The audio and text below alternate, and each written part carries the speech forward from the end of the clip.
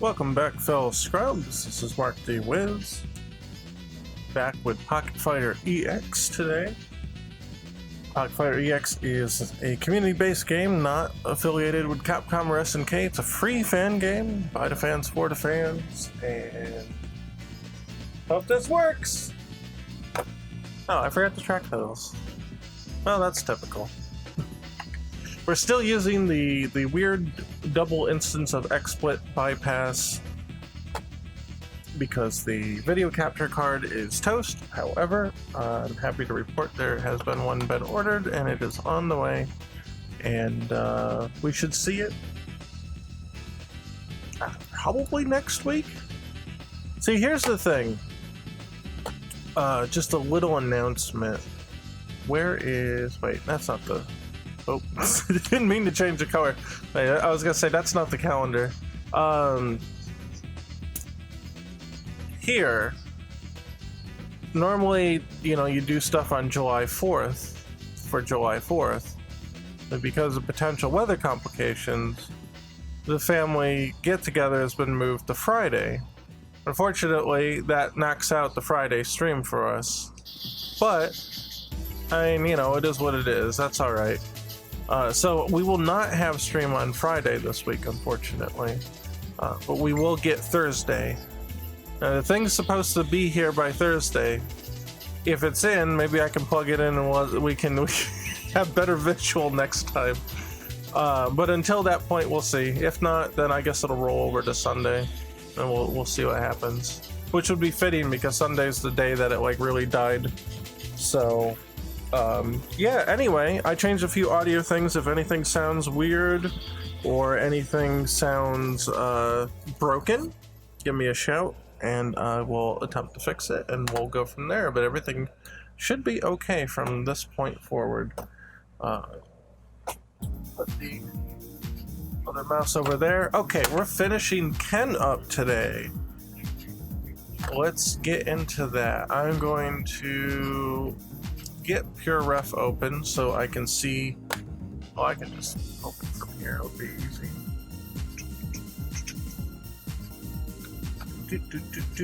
Oh yeah, XSplit's complaining. Yeah,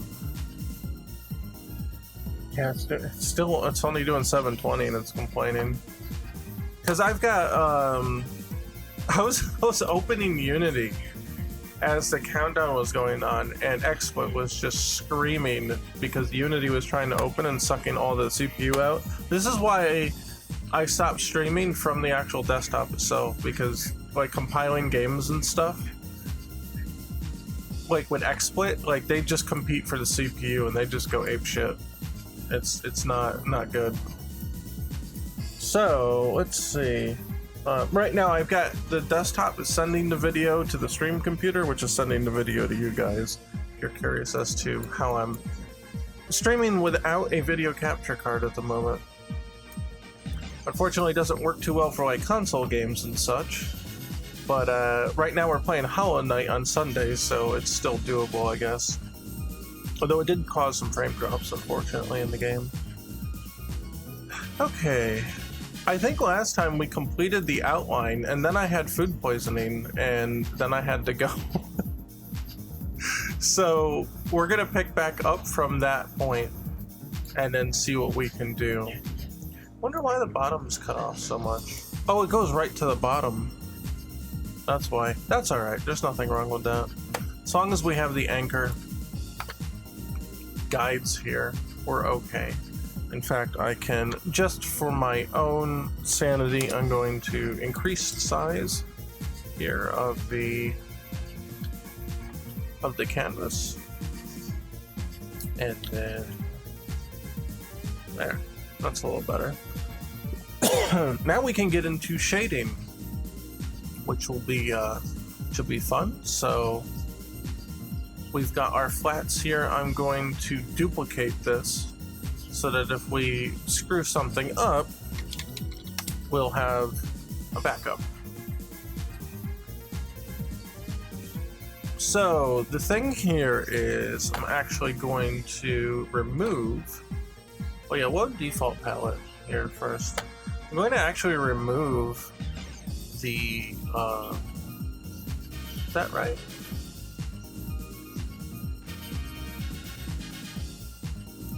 Wait, what? How come it? Oh, there we go. I was saying, I'm gonna remove the inner fill.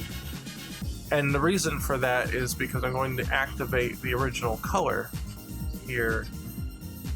And we're just going to kind of make it faint, but enough to see some of the shades here. See, like, we can see the shade going on here, so we can draw the line that represents that. And let's see, I suppose I'll pull the colors over at this point.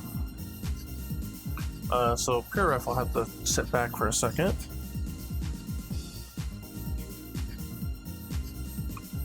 And we're going to go to the menu folder where I put the other one, not versus, character select. Here. And Ken. We're basically going to steal the palette here. So here's the exported version. I don't think any special colors were needed because Ken's palette is pretty straightforward. So I'm just going to literally just copy the entire thing. And we'll make a new layer, palette, put that over here. And we'll reference that as necessary. So, let's see. Does this actually have just a straight up palette? It does.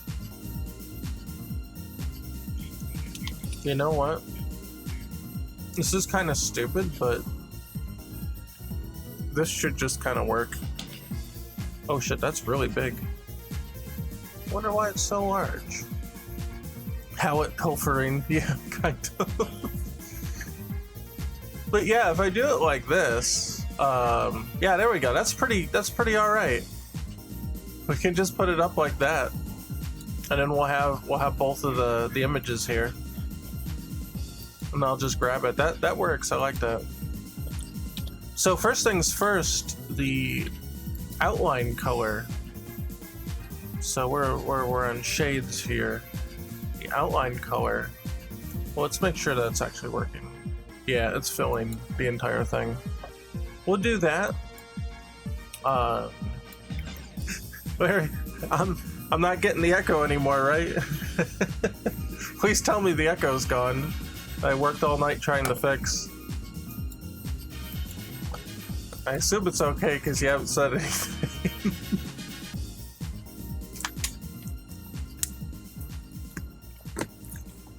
Let me get some water here. Got my ice bottle. Oh shit, I didn't take my pill. Yeah, I'm kind of like nursing a very bad back cramp right now. So of course, last Sunday I was sick with food poisoning, and of course this Sunday I'm in an uncomfortable amount of back pain. I grabbed the pill just before I went live. I forgot to take it though. It's gone? Good? Alright, cool. Ugh. I can't catch a break, man. Everything's breaking. My back's breaking, my stomach's breaking, soundboard's breaking, video capture's breaking. Release me from the prison. I've had enough. Okay, so let's see, we're on the shades layer. Basically, we need to just start putting the shading in. So you can do face first. Turn off the palette. So it's pretty straightforward. You just kind of follow the line. I would say that I'll probably do it like that. Then he's got a bit here. Got a little here. It's got under the nose here. This is really a triangle. Oh, he's got a little chin thing going on here. Got a pixel under the mouth here. Got one here. Okay, now he's got a highlight here, so we do need to box that in. And then he's got one on the ear, so it comes in around here. It does look like it kind of tries to go all the way down, doesn't it? So we could potentially do it that way. See if it looks okay. If it doesn't, it doesn't. And then we want the dark color here for this part. So you could just fill that in. It's fine. Let's see, he's got forehead going on. Some forehead action.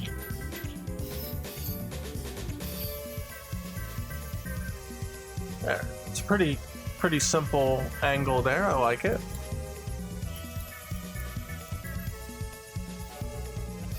Oh, he does have a little dark up here too, doesn't he?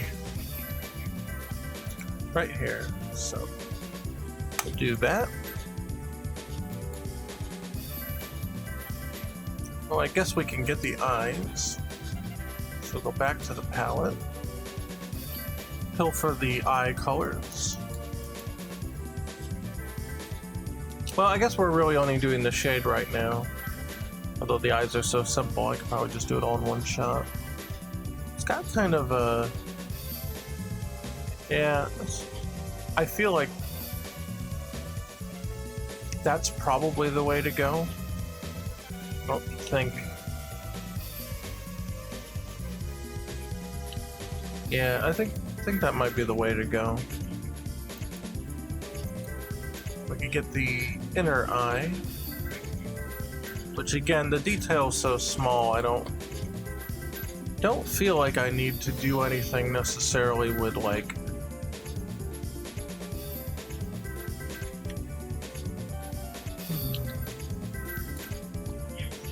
what I was saying is basically I don't feel like I need to do anything necessarily to fit like just the shade, because there's like only 2 pixels of like light color, maybe 4 at best, so I'm not too concerned about that. Then the inner white here, that, and then the teeth.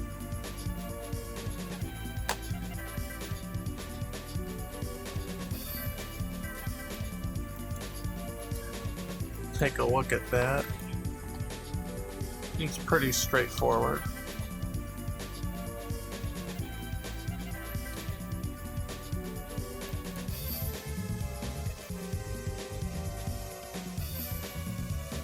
And let's see.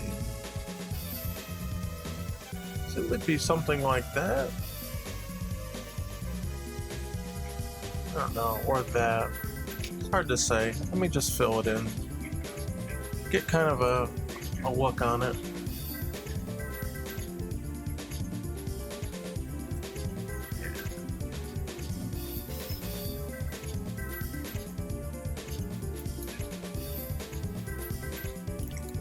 And I'm gonna use dark colors there. Just gotta smooth that line out. I guess that's alright. Looks pretty good. I think that's all the times that color is used. So we'll move on to, I guess, the shades for the arms. Let's do that one.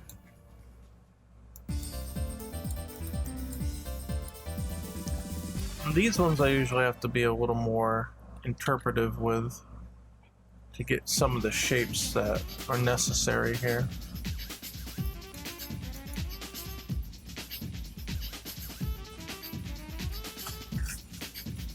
So something like that be alright.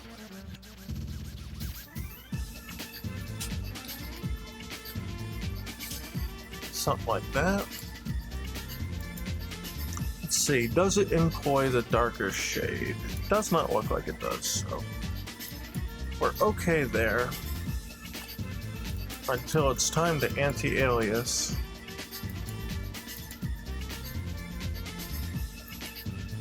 Okay. Get the muscle puffed out there. Take a look here. Come on, tablet. Don't be turning dark on me already. It's killing me. I'm just gonna have to go into like debug settings and like just break its ability to like turn the screen off. I swear to God. I feel like that might be the way to go. Yeah, what are you doing? What are you doing? He's sleeping on the back of the chair right next to me. What do you want? It's funny. I think it's because I moved a cardboard box around, and now there's one right there sitting in the chair, and he just wants to be around it. Dark tablet, dark times. Yeah, for real, right? It's the Odyssey chat that keeps going out, which is like the one that's most annoying for it to go out, because that's the one easiest to miss something on. You know, we don't get too many viewers on there yet, and if I get a comment, like, I'll be like real mad if I just miss it, and it just because it goes dark. Oh, my sunset filter's kicking in. The what's it called? The flux. Let me turn that off. I mean, I probably could do all of this with the filter on, but I don't think it'll be pleasant for everybody to look at. Alright, let's get the neck portion here. Definitely using the darker shade here. So let me get in the basics.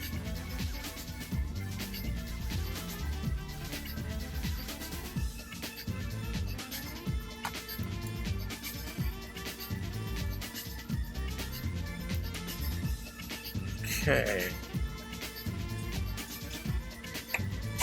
What are you doing? Hey, stop it. Cats are going crazy again.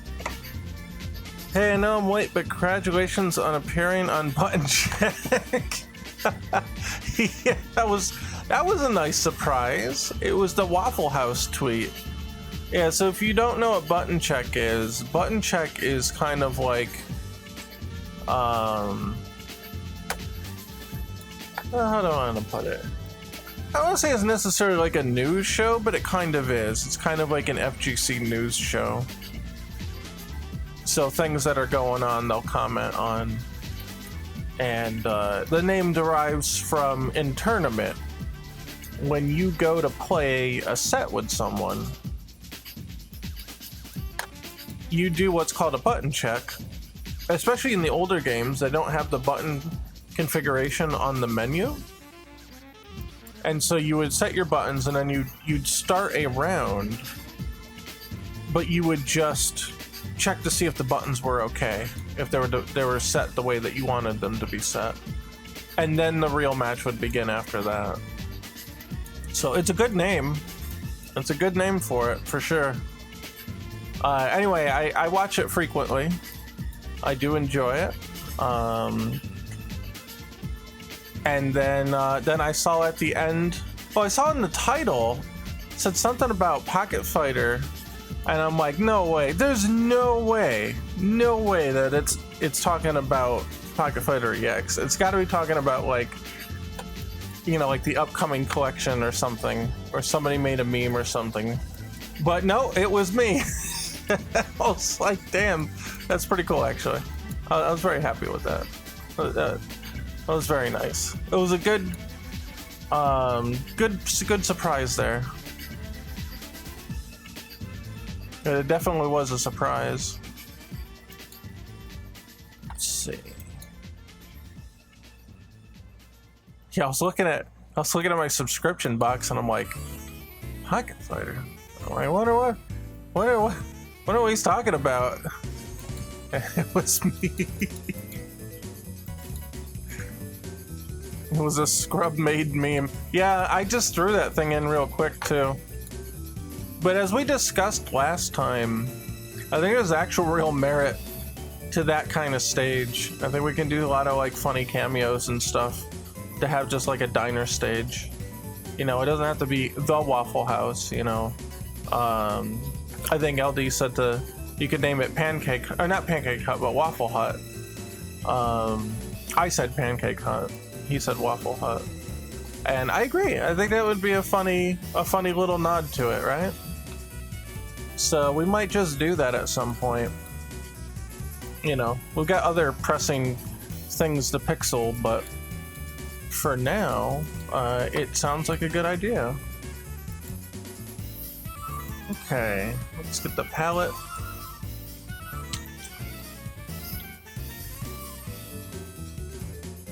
And we'll do the gi now. The gi should be pretty straightforward.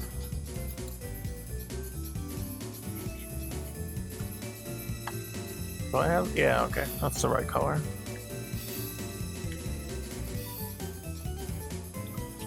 Oh yeah, I was gonna say I saw that too. Someone a long time ago made a Mugen one for the Waffle House. Yeah, I'm gonna go like this, just to make sure this is kind of like a straight line here, or straight as it gets, I guess. Okay, now this one's a little tougher. I'm going to decrease the opacity here so that I can see better the darkened part here. I think I'm just gonna roll it right up to it, or maybe not. Nah, I'll leave it like this. And it's a little tough to see here because it's, you know, the opacity is on. Something like this. I think that should work out all right. You can kind of see the line there with your mind. Could get that little extra bump here by doing that. Yeah, the more I thought about it, the more I'm like, yeah, you could actually like really do a stage with this. It doesn't have to be a joke. It really could be a thing. And to that end, I think it's worth at least trying. I did a small prototype, but I didn't like the results of it. And I'll show that when we switch back to the game. But I had a more dynamic layout other than the straight on. The tweet had like a very straight on one, and it was just the first photo that I came to that looked like it would work out okay. I didn't really put a ton of thought into it. But when I started drafting it out, because I was thinking, well, you can make it way more dynamic than this. Like, you don't have to stick to that kind of look. You know, you could give it like a dynamic layout and everything could look fancy. The problem was, when I did that, there wasn't enough resolution to get a good view of NPCs that'd be sitting in the diner itself. And I think that's where most of the fun from that kind of stage is gonna show up. You want to have those cameos in there, you know? So I ended up abandoning that draft, but I did show it off either last time or the time before, just so you could see what I was up to. But yeah, I'll redo it completely from the ground up. But I'll, what do I want to say? It will get formatted in a way that best facilitates cameos. Put it that way. That's the plan for it.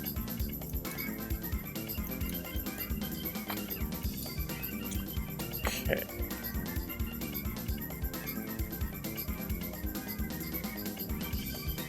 Could do this like this, maybe. That'll be alright.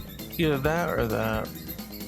If it's like that, I think I'd just simplify it to just be shadowed completely. I know there's a little nuance here, but I don't know if it's really gonna come out here. You'd have to really cut into it. So I think I'll just keep it shadowed. Complete with toothless cooks, stray cats, and drunken rappers. I'll try to clean it up a little bit. You see, it's not Waffle House, it's Waffle Hut. All right, it's got a little more respect to the name. All right.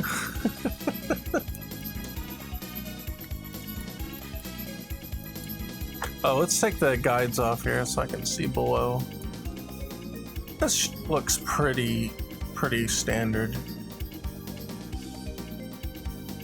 Yeah, there we go.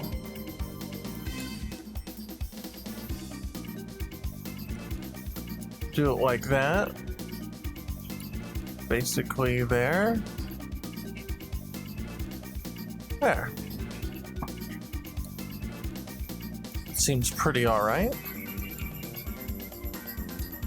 And now the lighter shade. Pretty simple.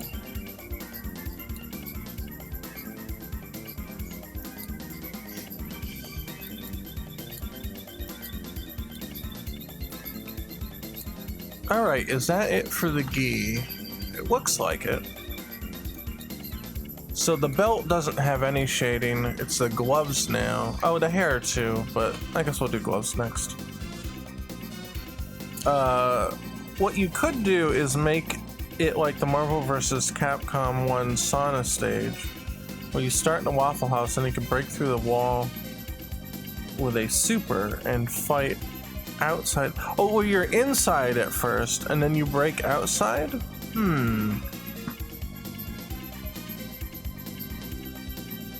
I don't know. My initial reaction to it, I mean, it's cool, right? Yeah, it's a cool thing to do. My initial gut reaction to it is that you won't get the full nighttime setting if you're inside the diner first. I feel like it has a better atmosphere if you can see from the parking lot what's going on. And then you could kind of keep the NPCs looking out the window. I think it would be really funny if you did that.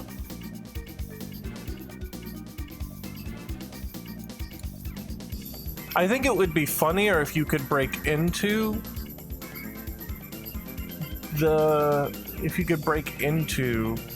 the establishment.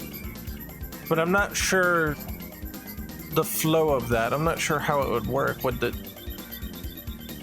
Would you have to have it like closed off and then you wouldn't be able to see the characters? You wouldn't be able to see the NPCs until you broke the wall down. I don't know. And then if like you break the wall, if you're inside first and you break the wall and go outside, then you can't see the NPCs anymore? Is it like just a parking lot? I don't know. I worry about it in that context, whether it would flow well to do that. I did want to experiment with doing stage transitions at some point though I don't really have any stages in the immediate that seem to be a good fit for it. So let's see if we do okay.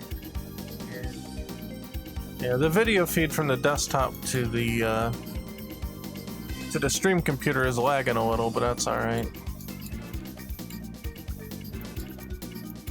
At least the video's not... If the video gets stuttery or whatever, at least it won't take the audio with it, right? Man, the CPS2 stages were something else. They really were, weren't they? They really were. Maybe there could be people outside as well, but starting outside does make a lot more sense. Yeah, you would have to have people in the parking lot if you were going to do it that way. You know, if they were eventually going to bust out.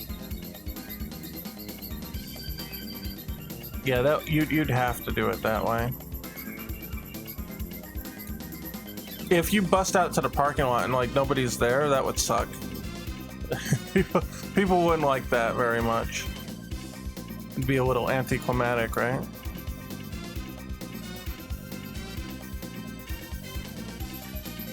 What if I take off that edge, keeps that curve, like how it curves around, right? Do something like that. That might work. Oh yeah, there's more shading use down here. So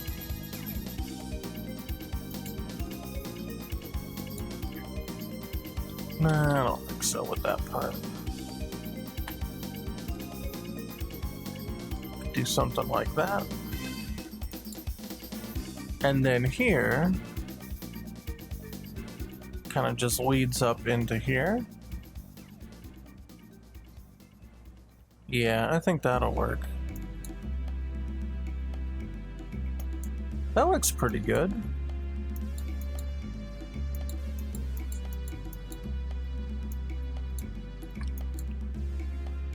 Okay, then we gotta really sell the roundness of this thing.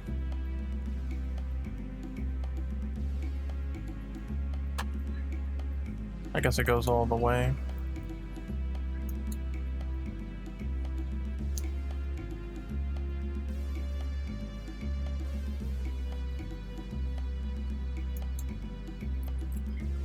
Oh, let's see. And this is the part with the thick bit there. Like it's got the padding on this part. So we want to make sure that that gets pretty good priority here. So that comes through. Guess it kind of goes all the way to the end here. So yeah, I'm gonna just fill this in at first, but then we have to use the lighter shade in the middle here. So this comes out here. All this is dark. Now I want to have a... Oh, sorry, I'm moving the microphone so I can better see chat. I want to have a Beyblade battle in IHOP arcade. The only thing I know about Beyblade is it's about tops, but I really don't know anything else about it. I've never like watched it, you know. I feel like, I don't know, Beyblade didn't seem like it caught on all too well. Maybe I'm wrong on that, but even like when it first came out, like I did not see a lot of buzz from that demographic at the time.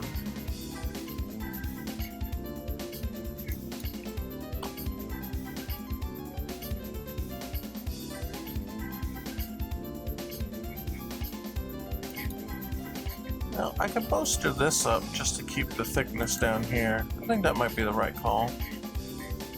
Beyblade has a hardcore following? Really? Interesting.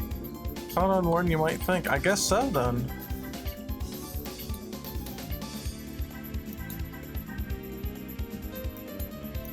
You people and your damn tops.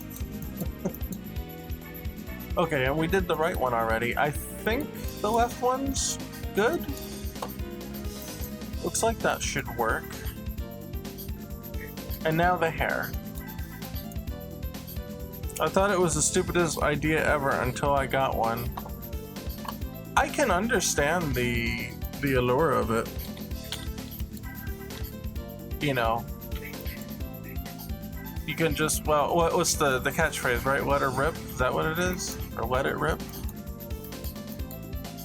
I think there's a certain appeal in having something that you don't really need to do yourself. It's like the battles don't need like input. You kind of just prepare and then whatever happens from that point. I can see sort of an allure in that. I guess idle games are kind of similar, right? Like RPG-ish idle games.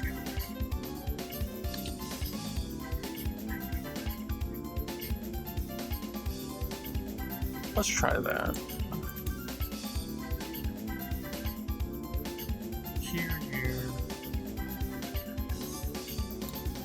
Yeah, that should be alright. Correct. Okay. Yeah, I can see that. I can see that.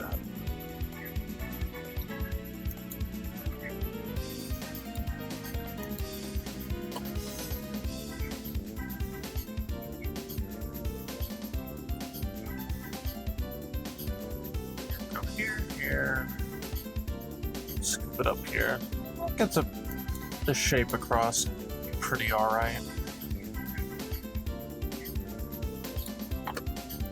Alright, now the back here, there's a highlight up here, which I feel like we'll have to do it like this.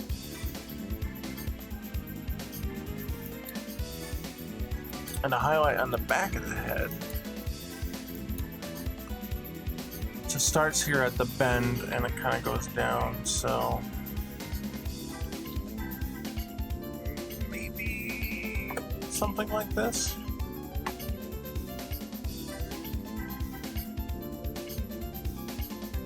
I don't know. We'll see. We'll see how that works. Oh, it's like super dark here too now. It makes like a triangle, right? Yeah, maybe that'll work out.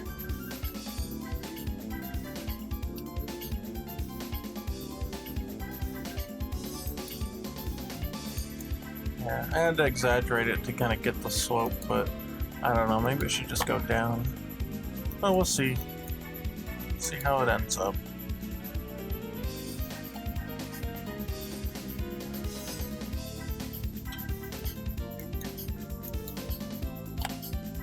And then this here, keep it like that.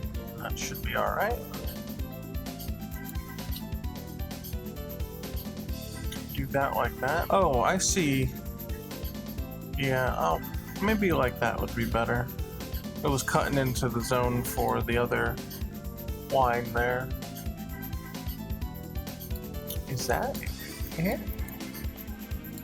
Might be. Eyebrows don't have shades, so I don't have to worry about that.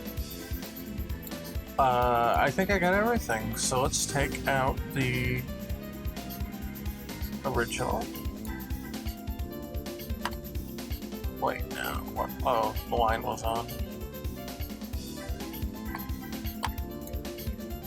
Looks alright. Guess we'll find out when we actually fill it in. So that's the next step. Turn the color on just for a minute. What I need to do here is roughly put some, you know, like end point color on here. You won't necessarily see this part of the leg, you know, in game, but you have to cap it off, otherwise it will get goofy and start flood filling everything. So let's do the darkest. In fact, is that even right? Hold on. Oh yeah, I think I got this scooped up.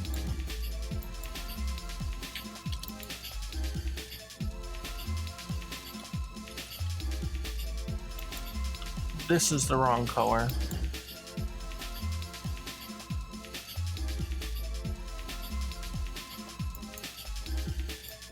Yeah, in fact, this whole part here should just be that one. Yeah, I goofed up the color. I was gonna say it looked a little strange, but yeah, let's do it this way. Let's get the shaded parts in first.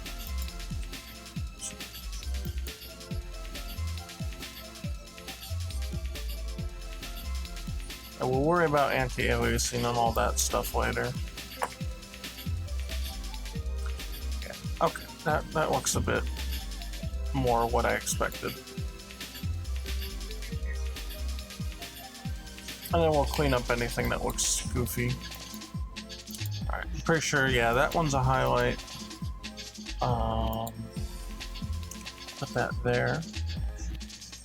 Looks alright. Okay. Let's do the skin.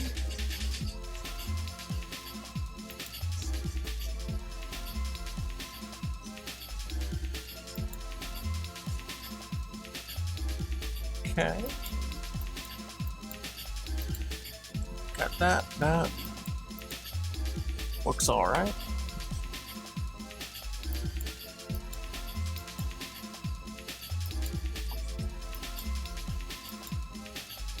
Let's see. Oh, the fingers, yeah.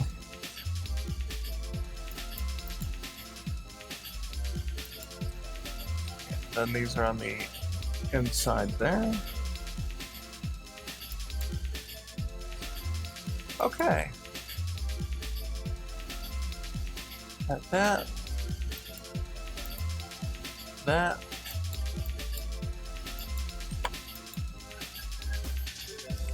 Alright, hair time. This should just fill it. Boom. That part. That. There's that part. That's already filled in. We'll fill that in. Yeah, I think that's alright. Then gloves. Where's my alt? There's my alt key. Let's see, is that? Yeah, they're two different ones. Okay. Just making sure the shades were ready. Yeah, that one was pretty easy there. This one's a little more complex, but not too bad.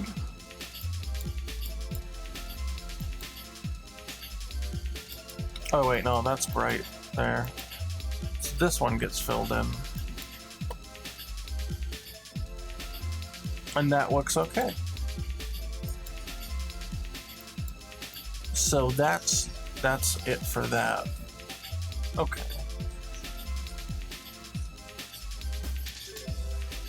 Now we can fill in the base colors here. Do these ones first. Oh, it's red. But yeah, at this point I can turn off the original one. I think it will only serve to kind of confuse if we don't. Oh yeah, then just kind of cap off the leg here so we can fill it properly. Alright, we had that.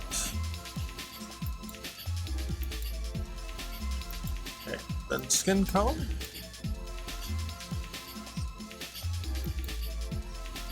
Oop. Boom, boom, boom.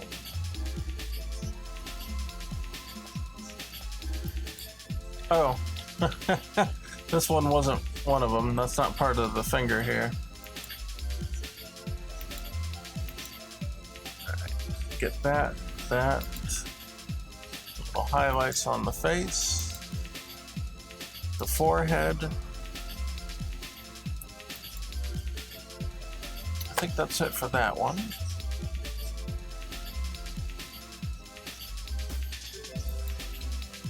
Want the hair and gloves. Let's do that.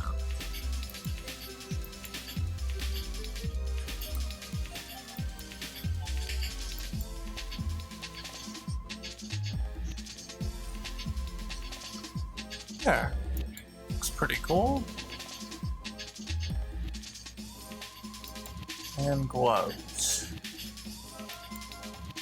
Yep, that looks alright.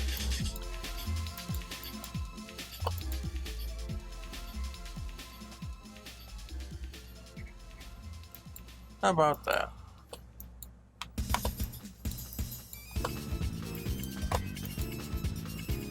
Then we'll need the belt and eyebrows, which, yes, they shouldn't be the same, I think. Yeah, I think the eyebrows are lighter too. Yeah, definitely. Hey, how about that? How about that? Pretty clean. Definitely Control S to save before it gets completely lost and destroyed and all that. Alright. Now I need to identify potentially some spots that may need a little patching up via anti-alias. Like here, kind of sort of support that line. Like there.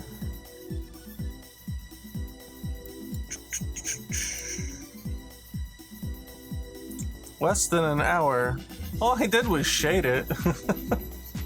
I can't imagine that would take that long. I mean, I'm just tracing it. It's not like I'm actually doing it, you know? I know there's no line here, but it looks a little weird to me not having a line. I want to support it with a darker shade there. Let's see. Give that.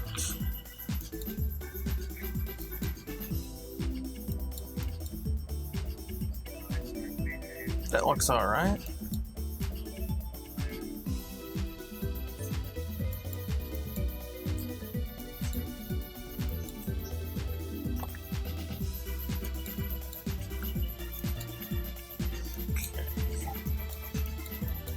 Oh yeah, there was over here, this part. I think that can become black. I don't think there's any reason to keep that. Yeah, I don't think we need to keep it that way, or the other way. Keep these round, or attempt to.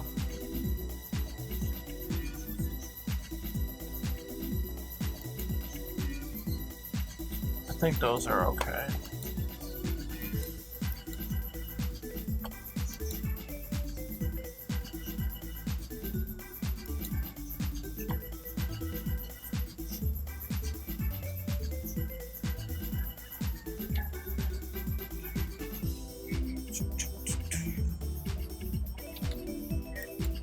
No, those are okay.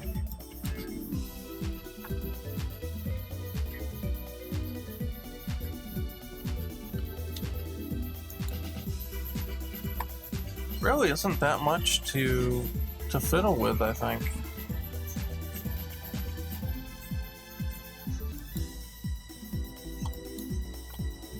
A lot of it's pretty straightforward here.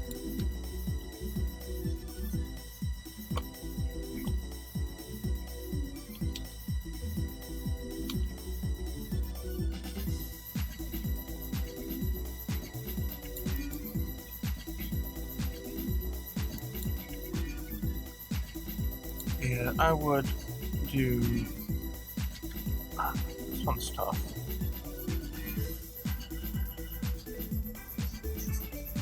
This is a tough angle right there. In fact, I kind of regret putting it right there. That makes a little more sense to me. Something like that. There, that's a nice little approach for that.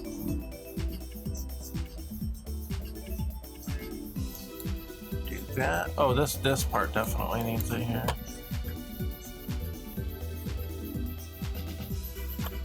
There.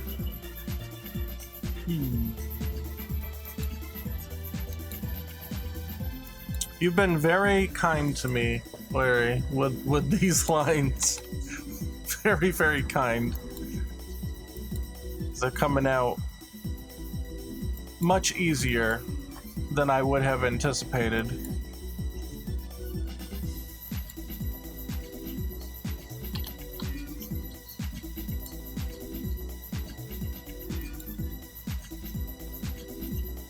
Yeah, there's really no fuss, no muss with these. This is really nice.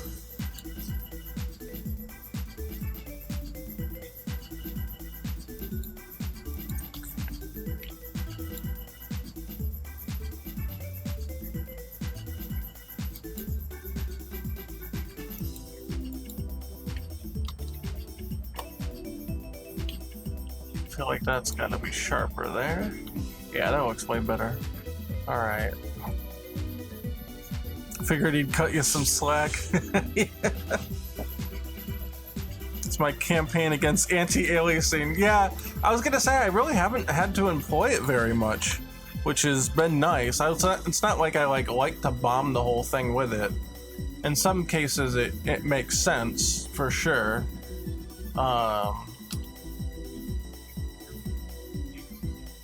But yeah, like this has been pretty good. Been pretty happy with it. Or very happy, let's say.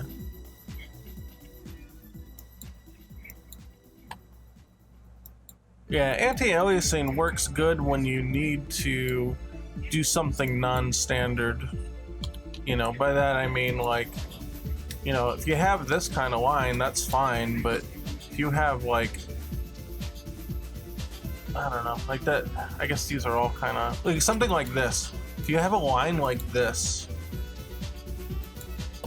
then in order to make it look right, you've got to start filling in some of the bits here with a darker color to kind of like smooth the line out. You see? So you see from a distance, you get that. Otherwise,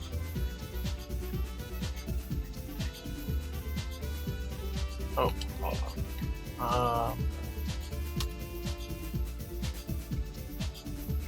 If you just have this, like, you see the problem, right? It looks jagged here. So when you use the anti-alias, you can smooth out that line and it looks more appropriate. Just a quick example. But if your lines are all nice, then, you know, you don't really have to do that.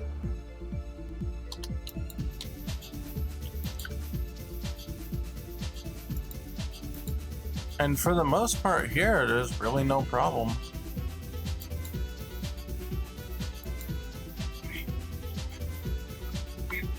Probably bump that up.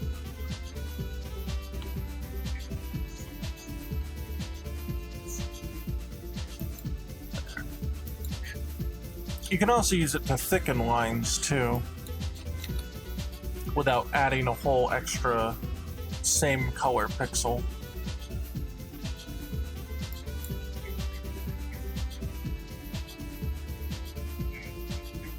Kind of looking at it, I don't really think there's too much necessary.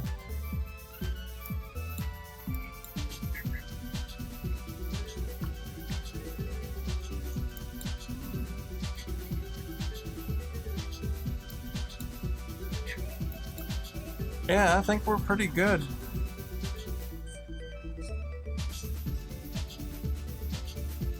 One thing that bugs me is the elbow here doesn't seem to be getting the shine, so to speak. I guess I would expect out of it. Part of it, at least for me, is like the fact that it curves in a little, like, drives me nuts. Because there's like no nuance for that. And you could do that maybe.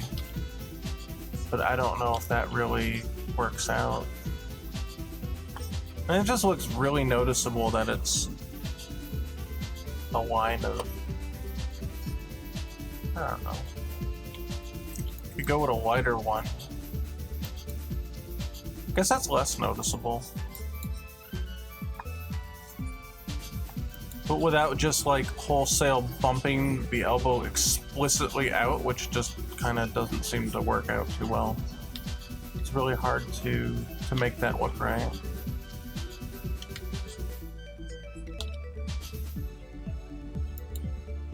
It's a strange angle for sure.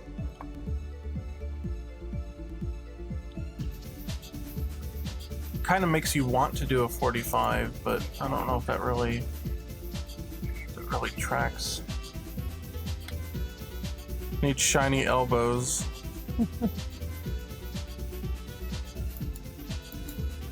Yeah, you gotta be careful not to betray the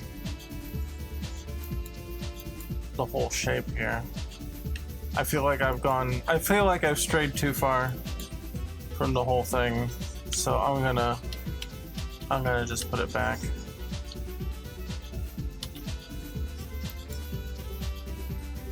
It's tough sometimes.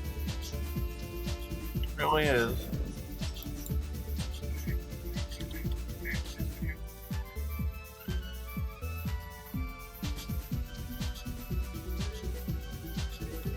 Yeah.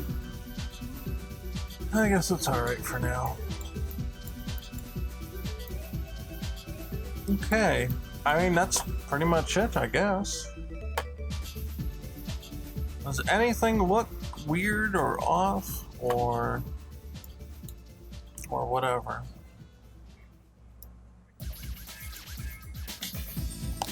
hydrate.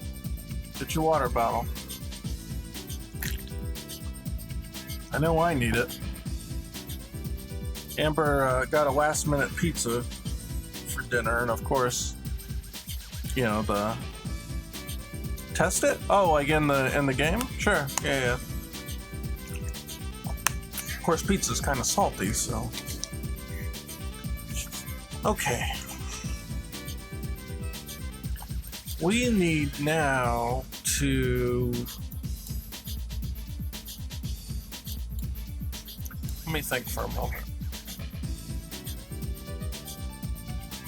Well, for one, we need to cut it down into size.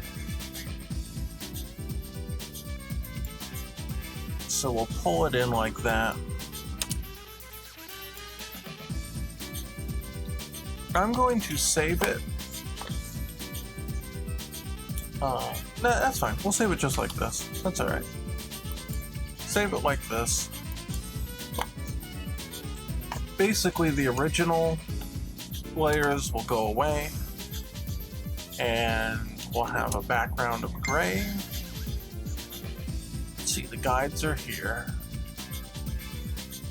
We don't need the outline or the flats anymore. It's all baked into color. Capitalize correctly.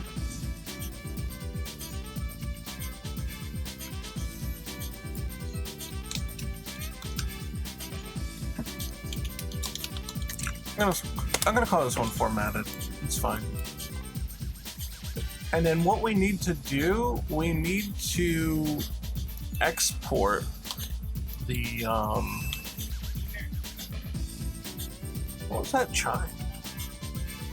Did you hear a chiming sound? Maybe it's Amber's TV in the other room. That stood out really, really odd to me. Oh yeah, let's move this one out of the way.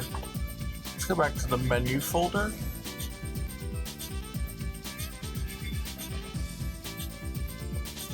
This is basically what we need to turn it into.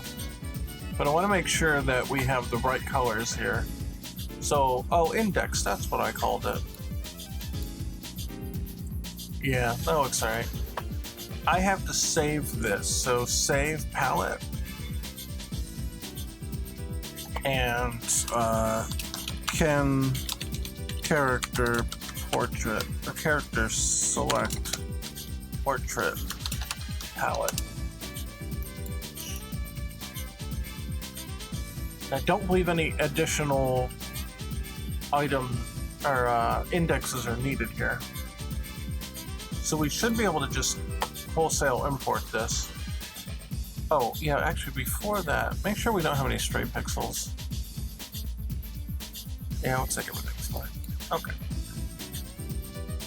Load palette. This one. Okay, I didn't see anything shift or anything get funky. Oh wait, it's probably not in index mode yet, is it? Now it's in index mode. The background got screwed up, but that's alright.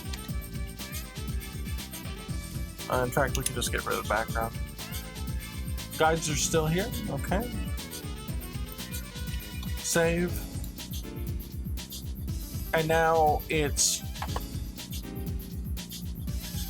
Yeah, we'll export one.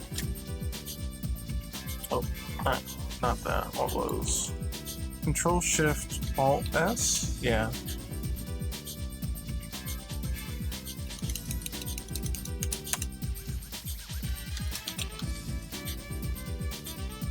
All layers, or visible layers at least.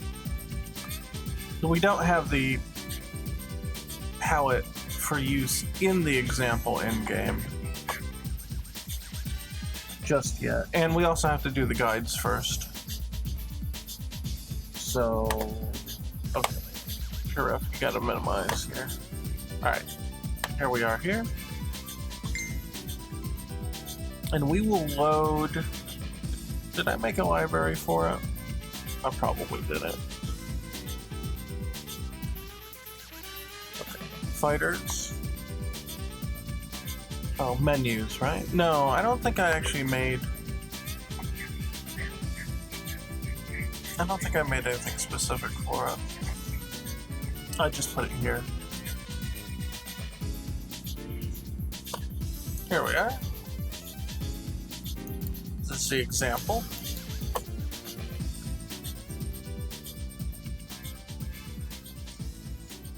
So we can have left A. We can change that to Ken's, but we need to import Ken's art here. So close the effects, open fighters. Fighters, Ken. HUD and menu. Okay.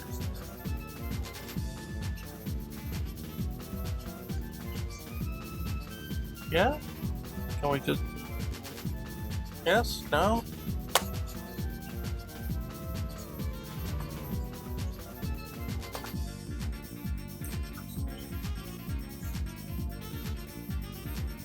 Well, maybe that's not the one. I want to see if parallel import is on. Editor. Yeah, it is. Let me turn it off and see if it fixes it. For a while, it's been kind of weird that I can't, like, just... Yeah, I can't drag it in there. I can go in to the actual folder and then, like, copy it, and that'll work. So it's definitely not a parallel import thing. I turned it off and still did it. Don't know. Strange. Well, either way, it's not like blocked or anything, right? No? Okay. We'll load our sprite profile. The default here. Oh yeah, apply.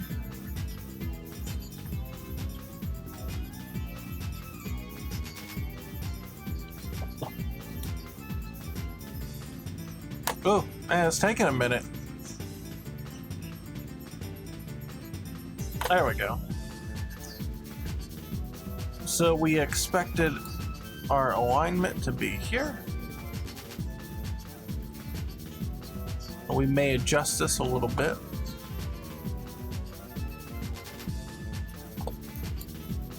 And now we're going to do it without the guides.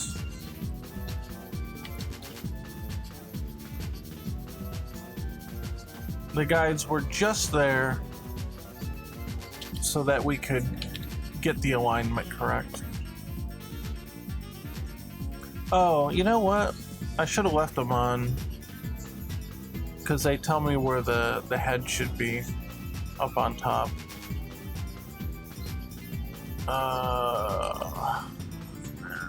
Here. Nope. Turn guides on. Yep. Let's put them back until I align it, and then we can. Yeah, then they're back now. Then we can do it. So left A, Ken portrait. How about that? Okay, the vertical alignment is fine.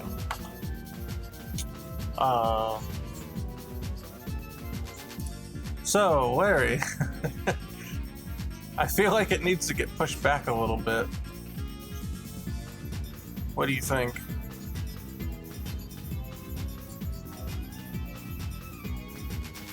What kind of alignment did you envision? You can't see the hand at all. Yeah, that's what I think too. So if we move him to the left here, something around here feels pretty alright. You can pull it back a little farther. Then you get the actual finger in, right?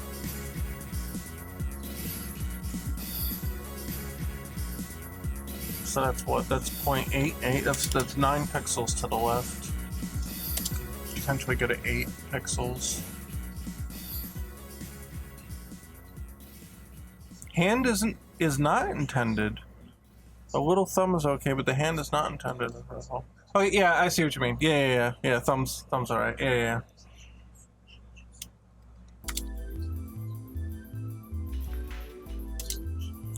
9 left feels. This one's 9. Right here, this one's 9. And this one's 8. So 9. Oh. Negative 0.9. Okay. Negative 0.8. Can I go between those? Yeah, 9, 8. 9, 8. 9, 8. What do you think?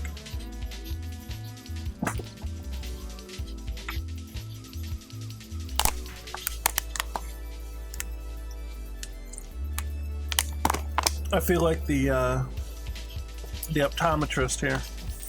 He's switching. And if you've never gotten glasses before, they put this giant like glasses mask on you.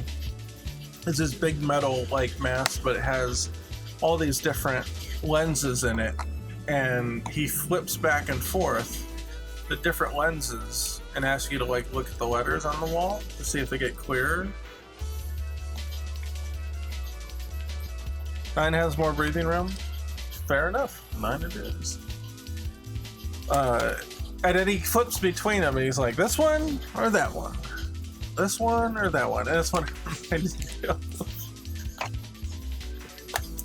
Okay, so we're gonna take a quick snapshot of this to make sure we get it right. That, by the way, if you want to know how to do that, is just Windows key, Shift, and S, and then you can select anywhere on the screen that you want, and then you get a nice little thing for it. I do not know why this is not showing up. There it is. Okay. So what we're gonna do is apply that permanently. So we'll go in here and we'll count 1, 2, 3, 4, 5, 6, 7, 8, 9. Wait, we did it the wrong way, didn't we? Yeah, that's gonna push it further up. Hold on. 1, 2, 3, 4, 5, 6, 7, 8, 9. Apply.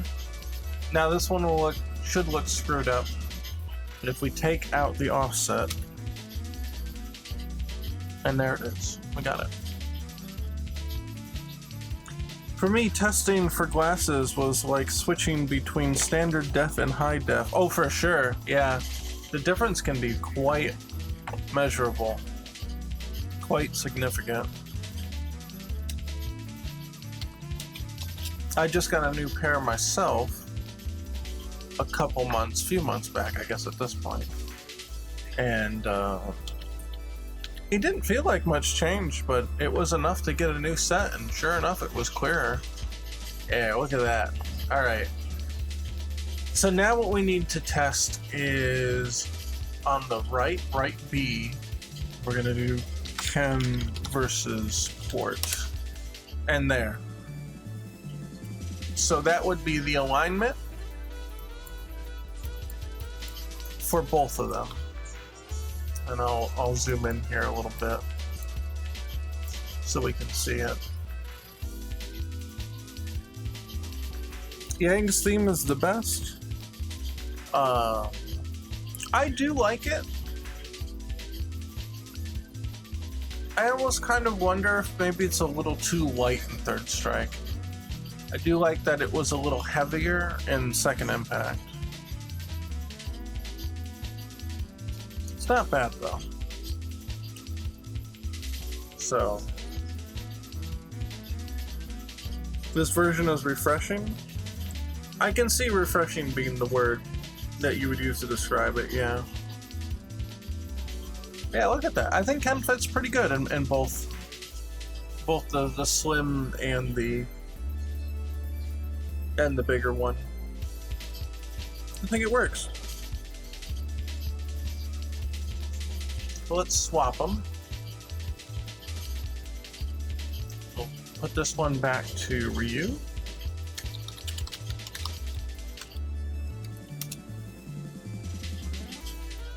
And I'll make this one Ken.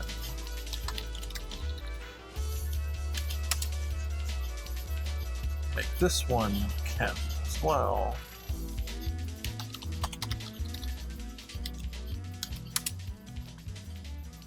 And switch this one back to Ryu.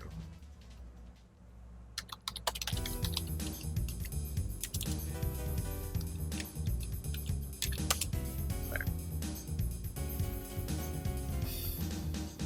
Ryu just needs a nudge in the slim version.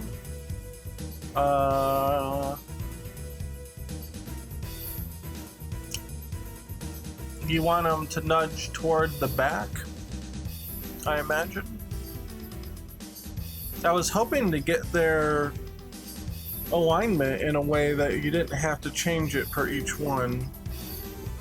If we have to, we have to, but...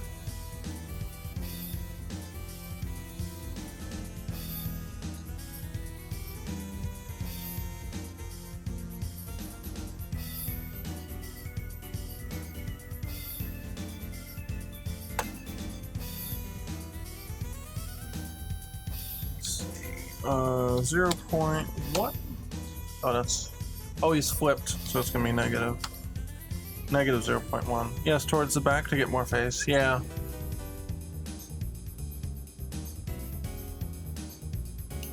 Well, there's 0.1, 0.2, 0.3.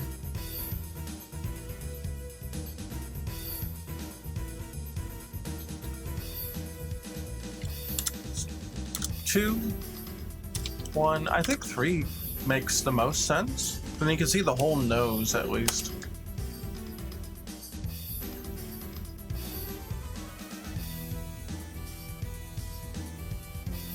Yeah, we're just gonna have to do specific offsets for each one, I guess. That's no biggie. 0.3, yeah. Yeah, I agree. I definitely agree.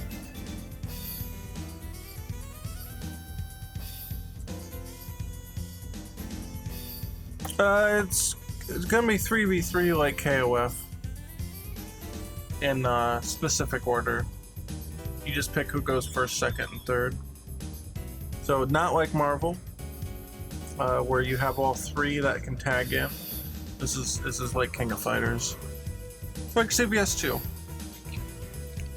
think that would be the example most people would be familiar with from both sides of the fence.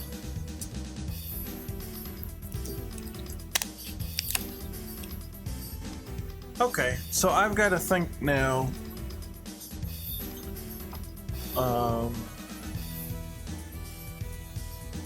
Yeah, I'm going to need to make some kind of profile now that we have like a little testing ground here, right? I need to make, and that we've also determined that we'll need specific offsets for different versions. Gonna have to make a sort of, I don't know how to put it, like a profile configuration so we can tell it, oh, you know, Ken's got to go back how many pixels based on, you know, each of the types here, right? So let's see, under menus and versus, oh, it's a subset. Yeah, it's a subset of character select, which kind of makes sense. So let's see. Versus character portrait configuration. Sounds good enough to me. Let's open that up. So we're gonna basically create a table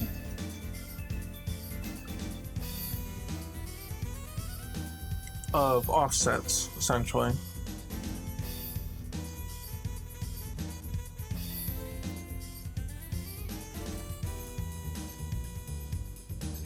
And since, I think what I'll do here, well, once it loads, it's going to take a little longer than usual because this computer is sending through the network the stream visual to the other one.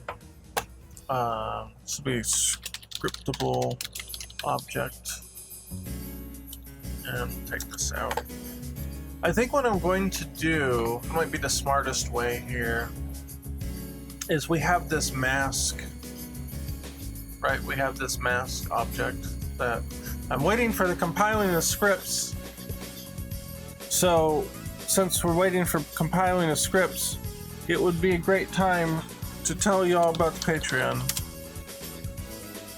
Patreon links in chat that supports the GameDevScrubs show, my personal efforts at game development, helps me pay for the streaming on multiple services. We got Twitch, Odyssey, YouTube, you know, Facebook too, even though no one shows up there. We're all over. That costs money, unfortunately, to do, but with the help of the patrons, it's been helping with that very much. And then we use some of the money to boost the Discord server. So here's a link to that, if you're not already in there. I see most of you in here probably are. At least the ones sounding off, right? That all helps. And if you're on YouTube, if you like the stream, that also helps the channel a lot. So I'd appreciate that. So here, we're back. It looks like it's done doing its thing. So when we did the mask, right, we actually tied these to different sprites. So what I'm going to do is I think I'm going to create a table where you input the sprite that the offset is meant for and then give it the offset. I think it'll be the easiest way to do that. It'll be difficult to preview it without going to like this scene to check it, but I think it would be good. I think it'll work out. So that's what we'll do.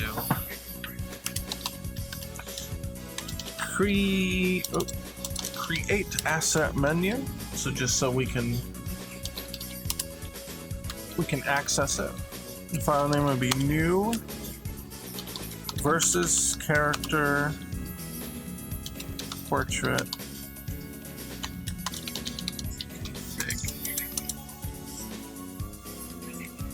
You know what? We don't know if it's just for the portrait. So here, hold on. Let's save this. I'm gonna rename this.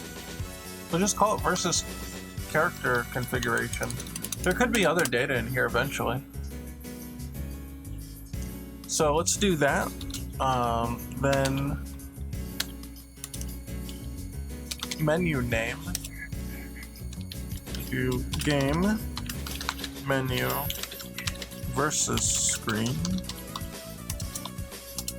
and then character config. There. I'll have all the fun stuff that we have here. So let's see, what do we want? System here. We're gonna have one portrait sprite, right? So let's have field serialize field public sprite portrait sprite, and we'll do a get and private set. So it is not something that can be changed after the game has been built. And you can only access it, so it's read-only. Sprite to display in the character lineup on the versus screen. Read-only. There. It's a decent descriptor.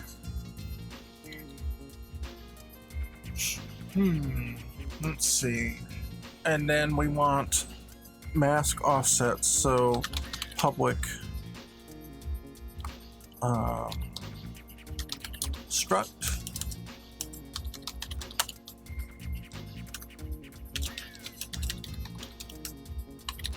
mask offset configuration. Then we will have a same thing field serialize field public. We'll do sprite,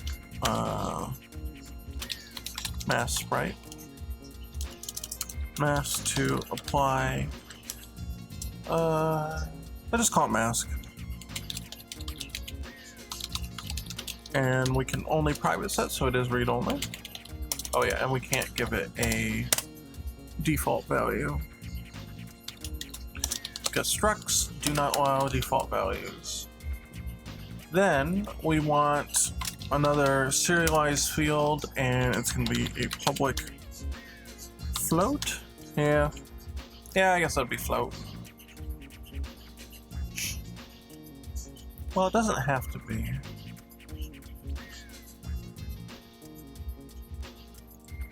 It's a pixel offset, right? So we'll say pixel offset, making it integer. Get private set, and it'll be 0 by default. Oh, and we also have to say this is serializable. Configuration for offsetting portrait sprite in relation to the set mask.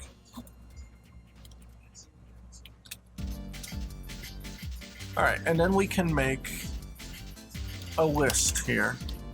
So same thing, field, serialize field,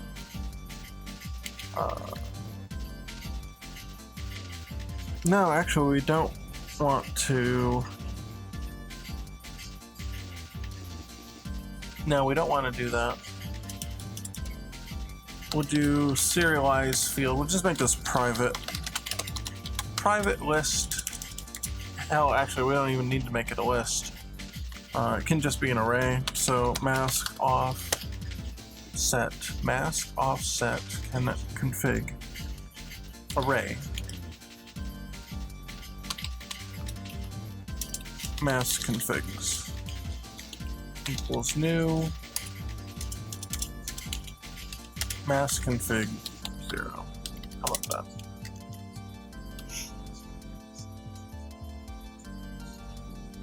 Yeah, that'll work.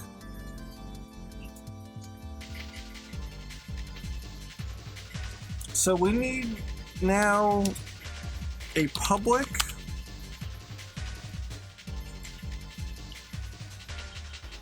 int. No, we'll do a mask offset config public mask. We're gonna get this one, so get config for mask, and then sprite mask sprite.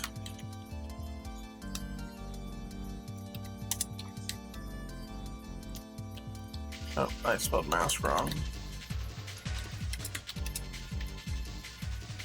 So a naive implementation here, in other words, a poor implementation, would be to just do a for loop to go through here and figure out what mask get them? Get what? Oh, get the config? Yeah, get the config. A naive implementation would be to just do a for loop through all the entries and find what one matches. But we can do better than that. Private dictionary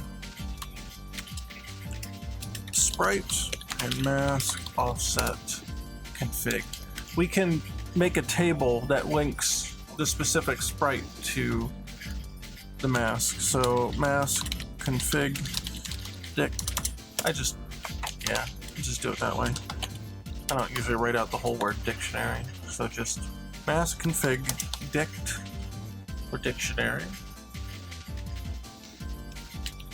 And then what we can do here is, if we can find it, so try get value, and that will be the sprite, so the mask sprite that we want to get it for. And then out mask config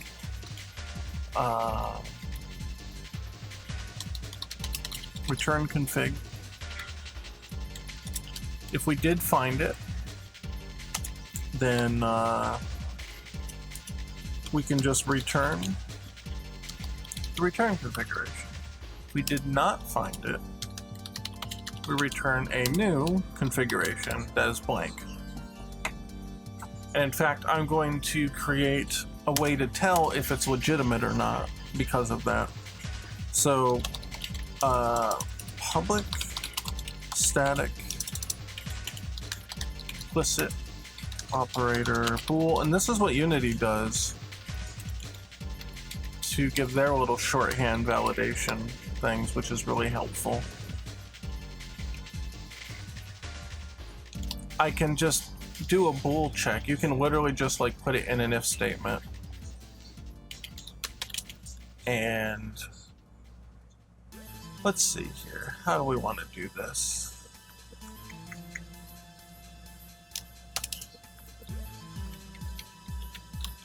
If the sprite or if the mask, yeah, if the mask is good, then the whole thing is good. If no mask is selected, then it's invalid. And if you make a new one here without specifying anything else, this will be null and it will fail this check, and then you'll know it's bad. EXUCY or UCHY Exuchi? Is that how I say it? Hello, welcome. Welcome. Exochi. Okay. Oh wait, I had it right the first time. Okay. Okay, I get it. Yeah. Hey, no problem. I try to get the names right here if I can. I know I will fail periodically, if not often, but I'm trying. So here, we can look it up. We send it the sprite that it wants, that you want to get the return for. It'll check to see if it exists. If it does, cool, you get it back. If not, you get a blank one and it's not valid. And you can do a little bool check to see if it's not valid. So I think that works. The only thing left here then is on enable. You need to fill this dictionary with these entries. So do entry count equals mask configs.length, and then for I equals 0, I is less than entry count I plus plus, and all you do is the dictionary dot add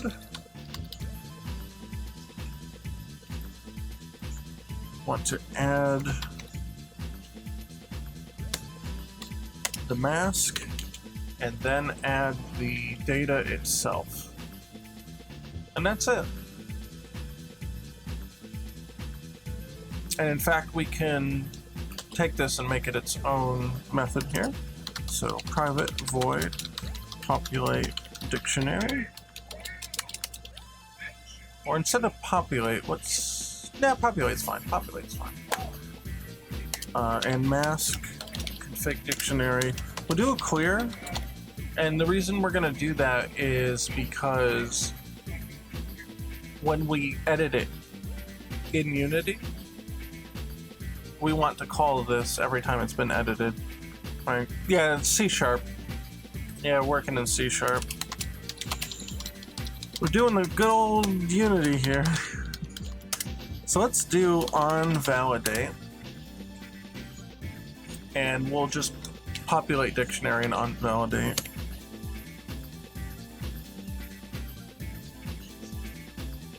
The other thing we might want to do here, so using my own system library,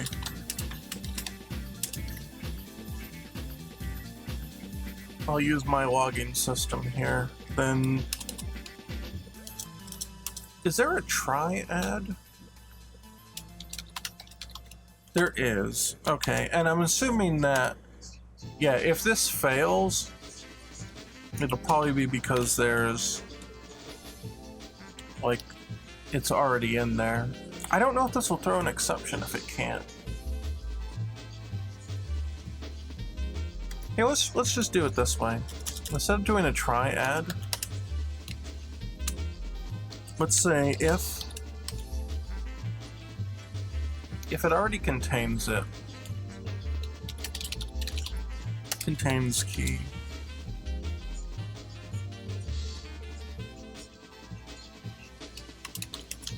Why not return, but continue.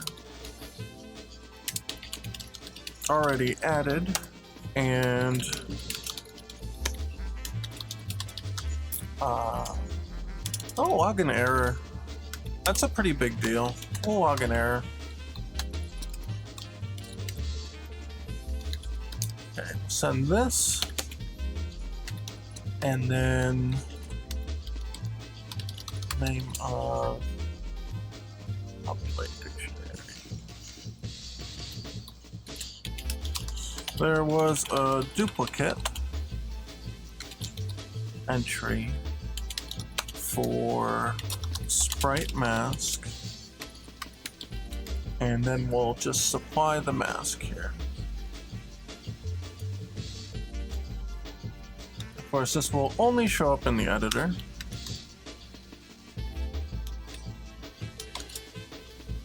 Basically, the triad combines the functionality of the contains with the add, and it will fail, I believe, if it already contains it. Or if you give it something that it doesn't like a null or something.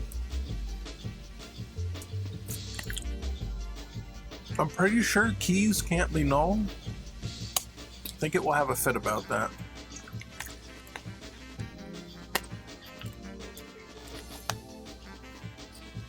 In fact, we can test for that as well, just so it doesn't make an exception on us.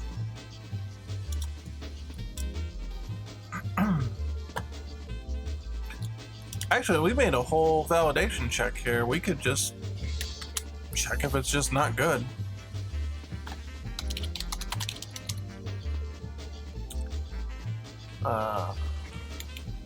Entry number I +1. We'll do +1. We'll just Unity's gonna show at base 0, so we'll just keep it base 0.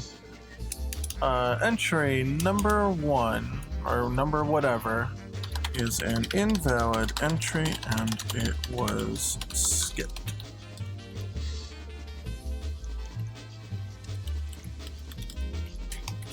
There we are. Now this only happens once the object is loaded or anytime we edit it. I'm not too worried about doing, you know, these checks. It's not really going to slow anything down frame to frame. So just do it proper here. Try to set a good example for everybody. Respect mouse, yeah, there. Okay. It has to actually be valid and it cannot be a duplicate. I think that covers all of the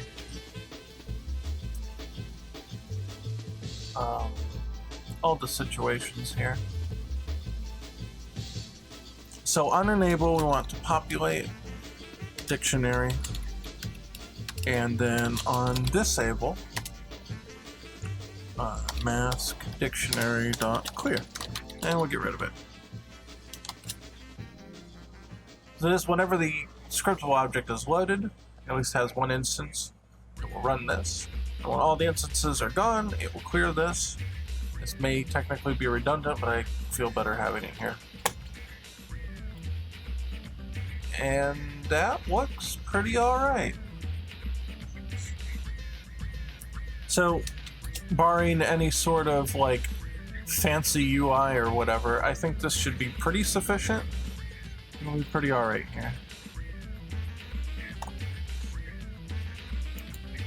Let it, oh, it looked like it already compiled then, unless I had an error. Did it have an error? No, okay, good. So we'll go to Ken's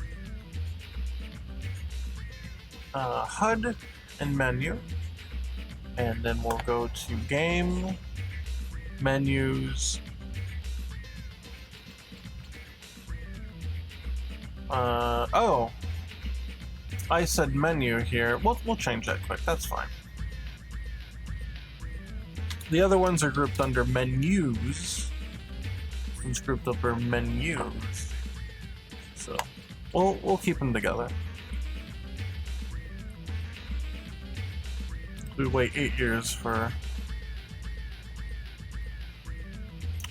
the return of the editor. Here we go. Okay. Create game menus versus screen character config. So Ken versus character config.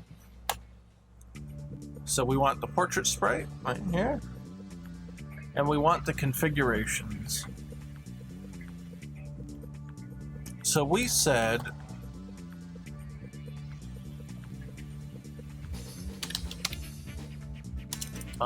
what do we call it? Versus something? Versus panel.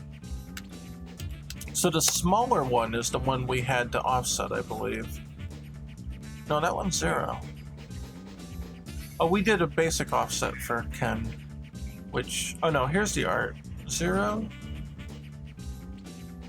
and 0. Okay, Ken's may be okay, but Ryu's was the one that we decided that we needed to shift.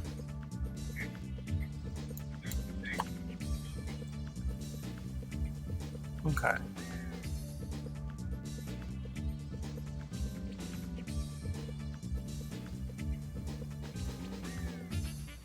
Yeah, I'm actually rethinking my. I don't want to make this an int. I want to make it a float. And I'll just call it offset. I think I don't want to have to convert them. It just doesn't make any sense to convert them.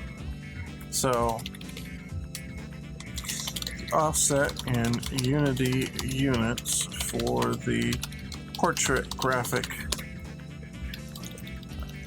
Nice, I spelled it correctly. Graphic, not graphics. Yeah, okay. Yeah, that's good. That's good. So it looks like Ken did not have any special exceptions. And that's fine. If we don't have a special exception, we don't have to put it in there. But I think we'll do one for the slim one. We might push it back 1. So panel 0, yeah, that's the slim one. I'm gonna say negative 0.1 for Ken's. Now we'll go to Ryu.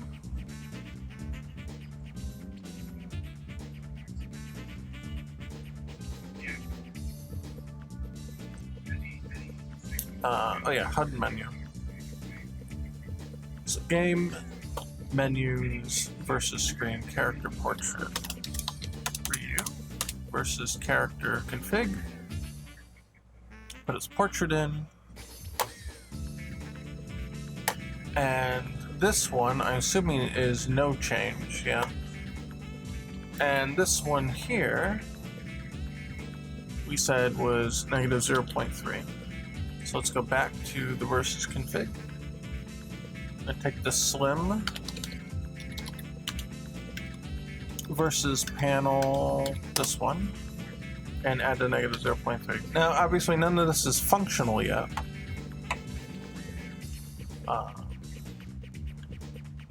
But we do have at least the data to work with. So the next step would be to create a, let's see, this says portrait base. Is that all of them? Yeah. We want to then create a controller for this. So versus portrait controller. Well, I'm gonna put that in the versus folder here manually. Character sub versus. Versus character configuration, fire portrait tab. Yeah. Hey, what's up, Teach?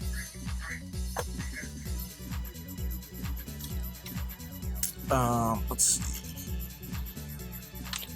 Versus character portrait controller.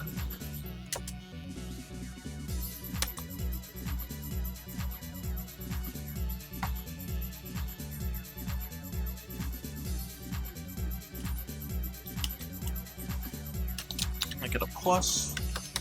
So that's to be using my system. Unity logging. Alright. We need now. Yeah. This is a stupid dope fix. Yeah.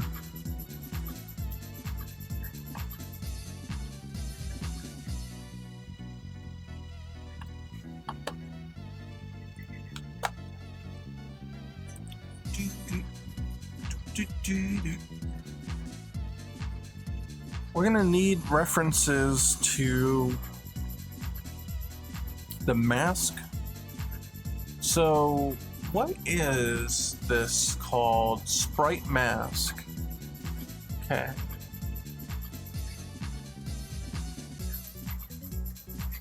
A sprite mask. Oh, yeah, it's just a thing. Okay.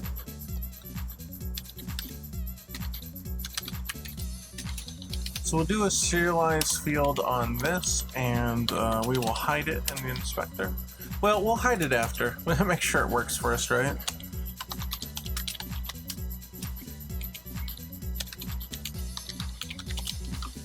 Private. Oh, jeez. I hate that. I pressed the wrong one, and it gets all upset.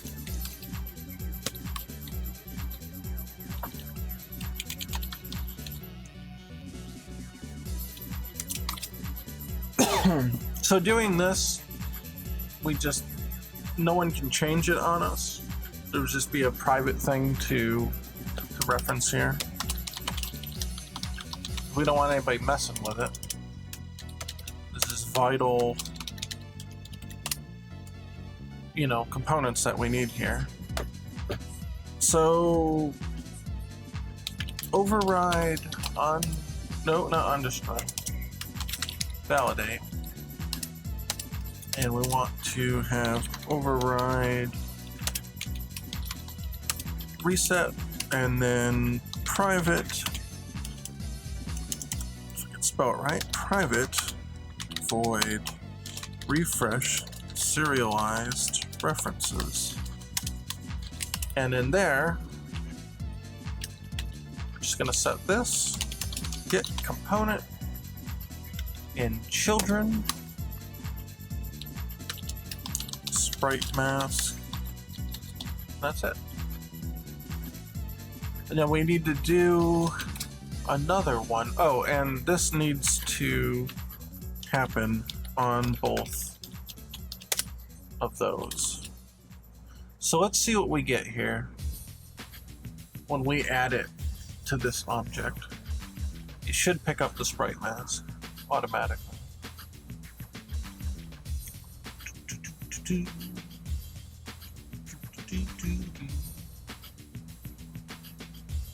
Okay. Oh, and it needs a sorting group. Let's enforce that. So, required component, a require component. Yep. Type of sorting group. Really? What is this thing?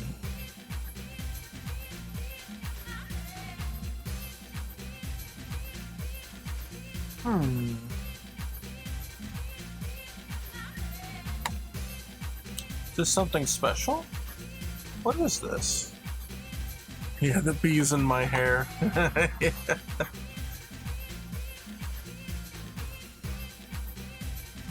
Oh, I'm not hearing my notifications because my headset's not in. I'm sorry, I missed that follow. Sorry about that. Let me see. Can I just turn this off? Can I just plug my speakers into? Ready for loud. Okay, that's not too bad. There, I should be able to hear notification now. I forgot that it only goes through that part of the sound system now. Unity. Sorting group.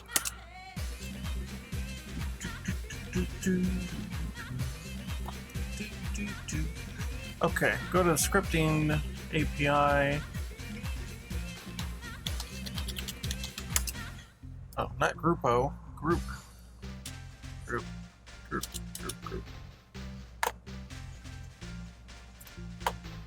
Sorting group. Sorting layer name. Okay, so what is sorting group from? Unity core module. Unity class and Unity.rendering. Okay, that's probably it. Unity. We'll do it up here. Rendering.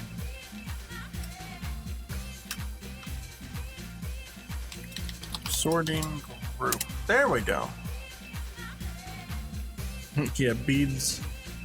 Beads in my hair would be better than bees in my hair. That's true. That's true. She is actually saying beats, though. The beats in my head. So. Okay, I don't think we need the sorting group itself. But yeah, there's a little bean guy. I don't know, when you put him together like that, he looks like Butts McGee or whatever from that one short-lived Adult Swim thing. Was it like Butts McGee? I forget what his name was. It was it was something. Amber would remember. Alright, I'm not going to worry about configuring this, because I think that's going to be something set up on a per basis, so I'm not going to worry about enforcing anything like that. I just want to make sure that the sorting group is there so I don't forget about it. Beans in my chair. Yes, beans in my chair. I don't know what would be worse there, cooked or uncooked. So we got Sprite Mask is the only one we need right now. Let's just add it and see what we get at least.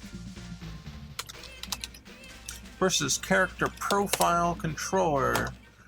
Here we are, and the mask does link to the mask, so that's good. Then we have, and these ones might have to be done manually.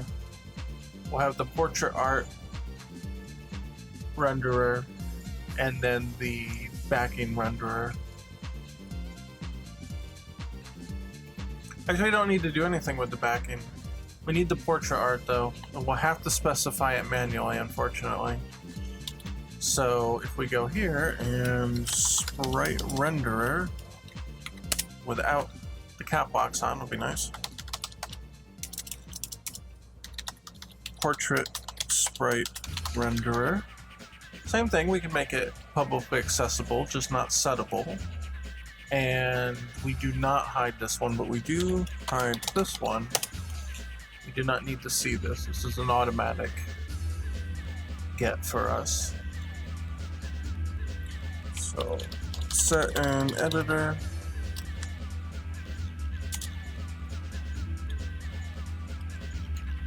I don't know. I don't like to have them on 2 lines. That's alright.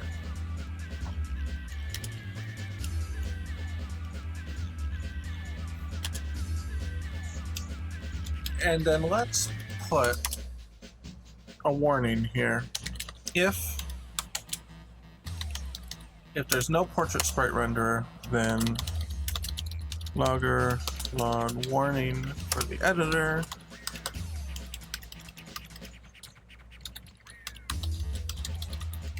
For this object. And we want to say that no reference was set for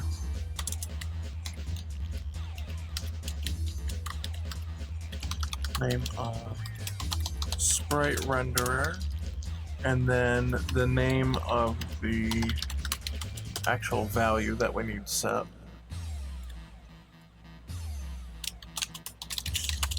This is necessary. Okay, that seems alright. Excuse me.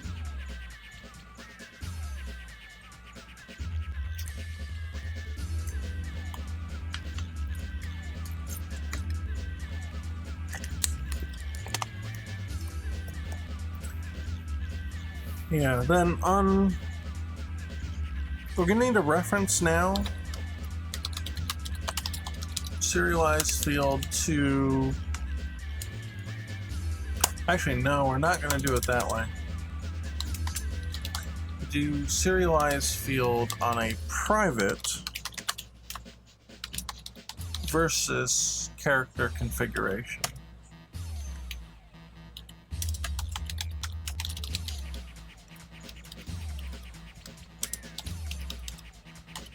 Now, we'll type it out. Character config starts null. And then we want, oh, not go to the end. Last character config. Because we're going to do a public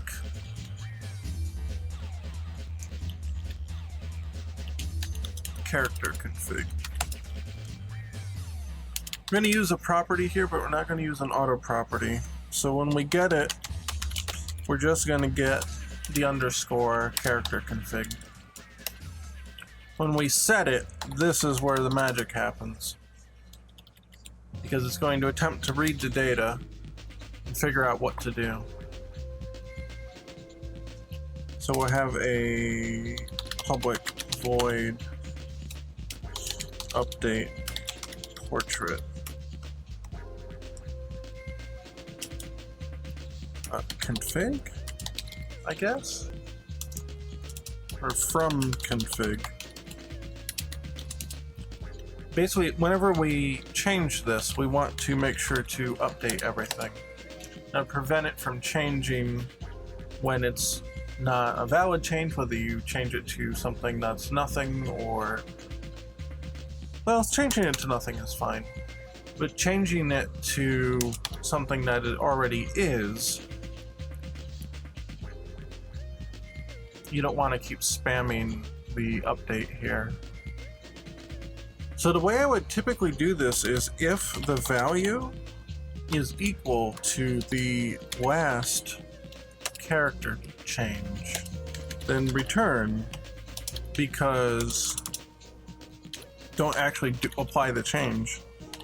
Nothing changed. Otherwise,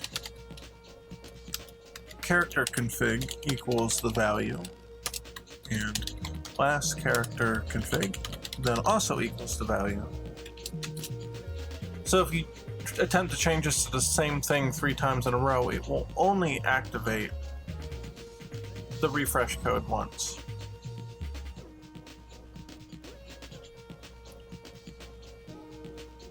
So let's see.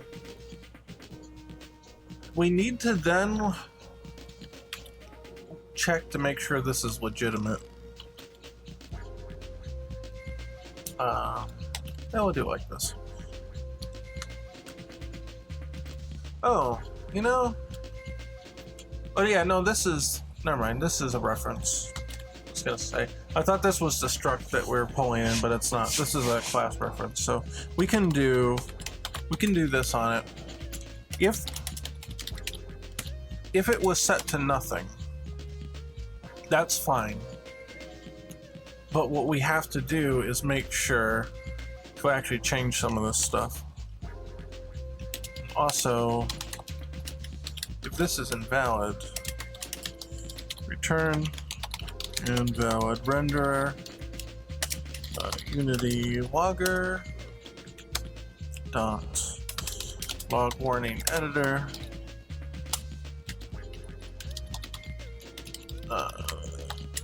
send it this. We'll say that, well, we have one that's pretty much identical. So there we go. No reference was set for that. This is necessary. Oh, and I do need, well, I don't need to, but I would like to give the name of the method that we were in.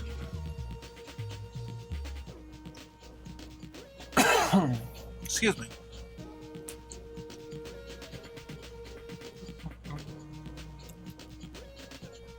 Yeah. Okay, so if the configuration is invalid, which is fine, means there's nothing there, and that's a very realistic thing to happen. Say you only select 2 teammates out of 3. We need it to be doing appropriate measures here.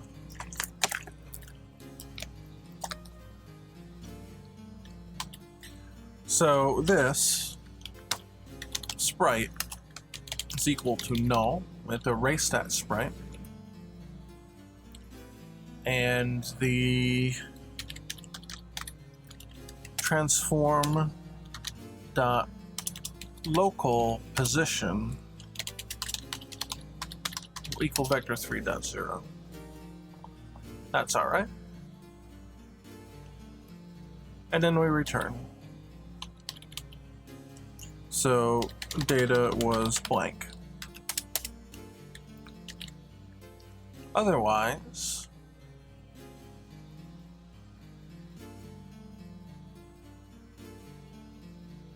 or yeah, you know what?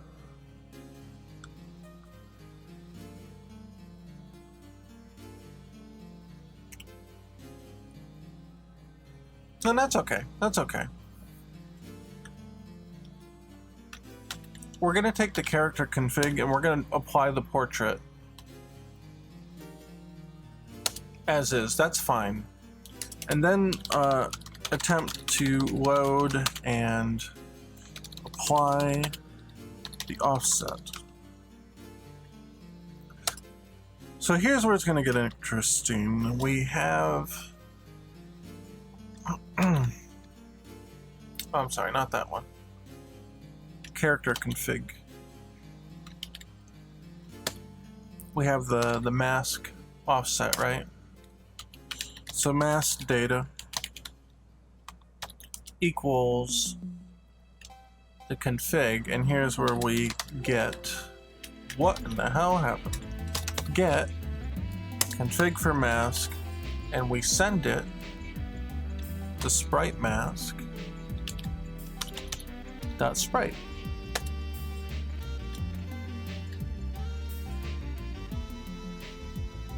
Yeah. If the mask data is invalid,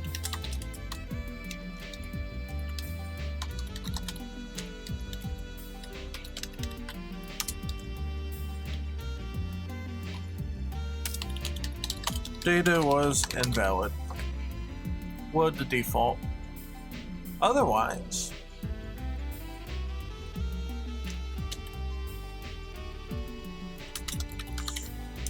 then we do a new vector3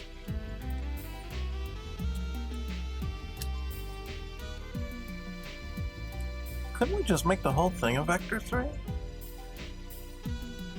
It's an offset, right? Let's see. Oh, that's not what I want here. I want this.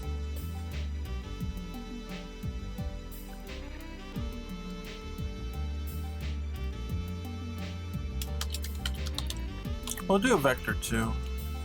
That's fine.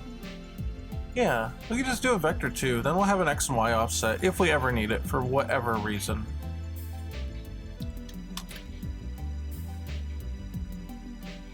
Yeah, then we can just load it. Just load it wholesale. So we'll take the mask data. Not offset. It might complain that it's not a vector 3. Doesn't look like it. Okay. You can convert 2 to 3, but sometimes it complains if you attempt to do that. So yeah, get the config. If it's invalid, set a default and be done with it. That's not an error. I'm gonna put that explicitly in there. No default data existed.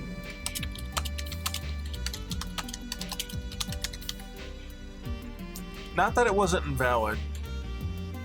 I'm gonna be very explicit. No default data existed. Or I should say config data existed. That is not an error. So like we said, if we don't specify it, it's just going to use defaults. If we do specify it, then it will use defaults. Okay, and then the last piece of the puzzle here, whenever we do this private void refresh validate properties, we just set it to itself and then it'll run through its little setup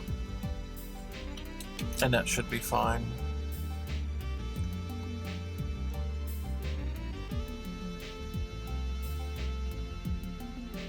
Yeah.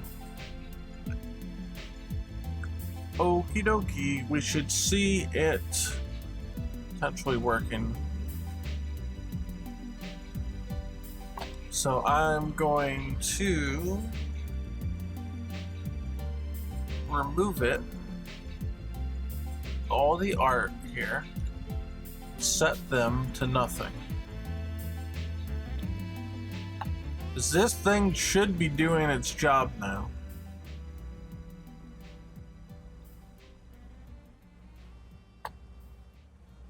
We have to add the renderer, and then we can add the canvases. And it did absolutely nothing. It thinks that the reference was invalid. What was that when I reset it? Or not? What do we change it to 0 to Ryu? Nothing. Okay, what's up?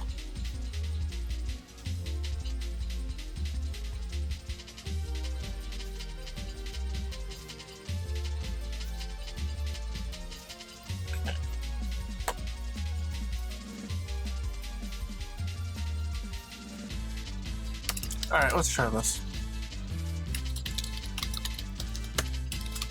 Yeah, first you don't succeed. I'm just gonna put some just basic benign messages. So this, and then name of, oh, I gotta put the curly braces around it.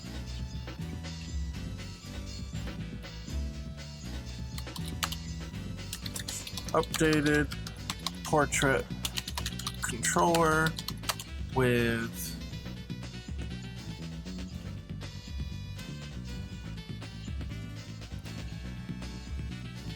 I'm gonna say updated portrait controller with default settings.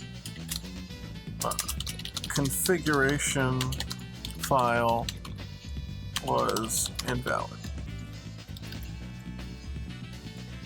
Or let's say missing or invalid. I think that's a bit more sensical. Drink more Ovaltine, yeah. And that's not an error, that's not a warning, it's just letting us know, hey, it was blank.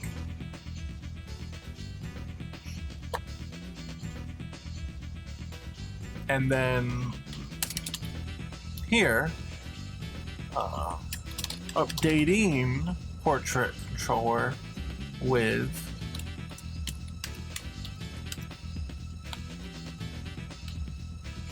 and we'll just send the character config here. We just do the name. I think it's appropriate.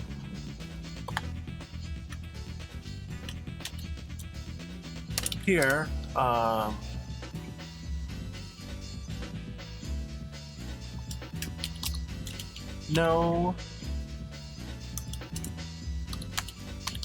mask data found in, not int, in this for mask, and we'll say, what was that thing we made last time? Oh, I should also add object reference to all of these so we know which one it came from.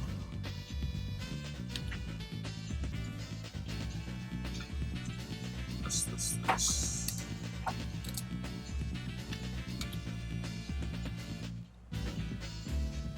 Yeah. Okay, now mask data found in this file for mask, and we created a way to get the Unity name, I think. Was it Unity object? What is system? Unity Engine Plus. Something like object pooling, object. Hello. Hello. What's up? Whoa, whoa, whoa. What was that black cord on your side of the bedroom? Because I had to unhook it to hook up my laptop. What was the black cord on my side of the bedroom? The black cord in the outlet on your side. That's probably my sleep machine. Okay, well you're not using it, so is it okay if I unhook it? I think so. Okay, because my laptop's dying and I gotta get this paperwork turned Did you in. already unplug it? Yeah, I'm sorry. Okay. I was gonna say I don't know if you're supposed to like shut it down explicitly. It should be okay. Okay. Yeah, I didn't think about it till after because I'm just so tired because I've just worked on this shit all day and I'm finally done. I've been turning it in, but it's an arduous process because I have to turn it in individual piece by piece. So that's all right. Okay, love you. Love you too.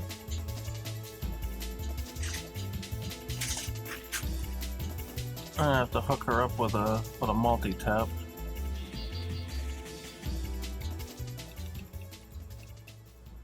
I don't remember what. Oh, you know what? It may not be here because I bet we didn't update the Wiz system stuff. Here, will this just compile? Just want it to be happy and compile.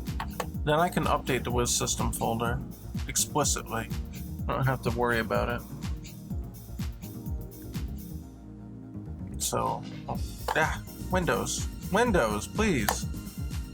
Assets. Yeah, the Wiz system C#. Let's update in here. I bet that's what it was. I bet we never pushed that update. Let's see. Really?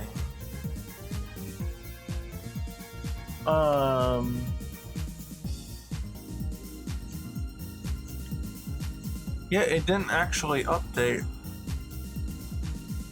So what project were we working in? It was the platforming one, right?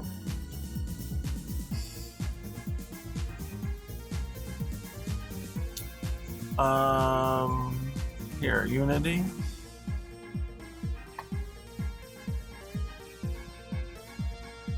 Platforming engine. I think that's the one we added that get the Unity object name method to. It's possible that I never actually updated it. So, or saved those changes. Actually, I didn't have to open it to do that. Let's just go to show it in Explorer.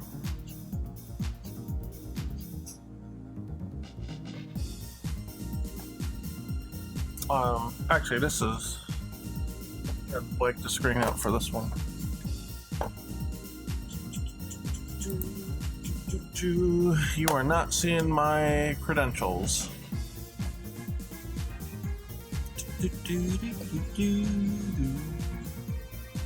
Yep, that's it. Unity object. Add that. The logger got to change too. So, added Unity object utility to with system.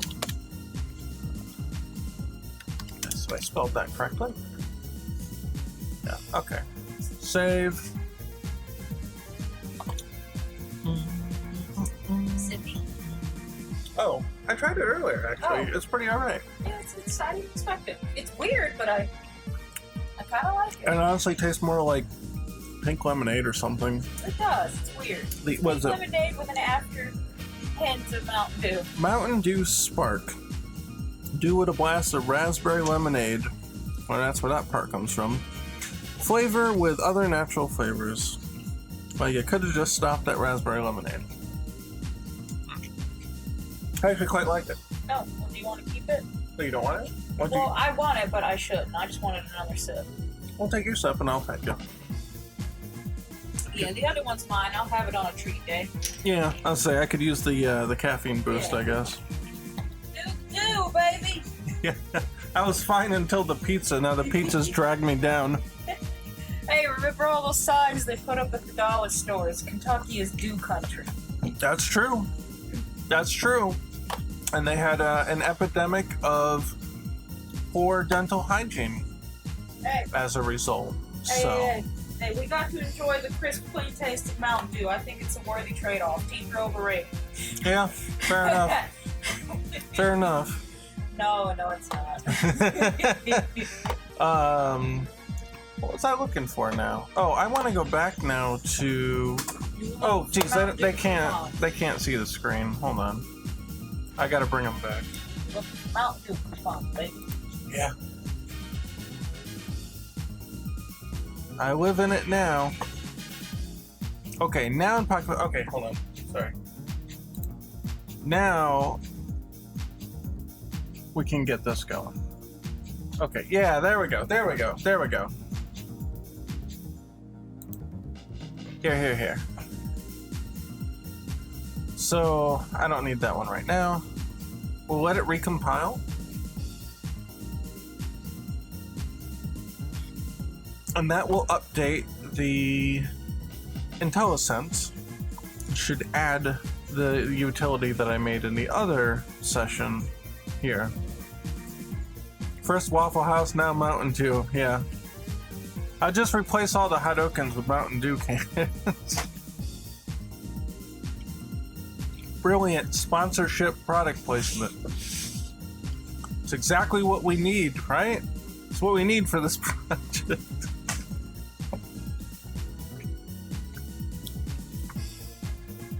Let's get the real Waffle House and the real Mountain Dew, and we'll just sell the fuck out.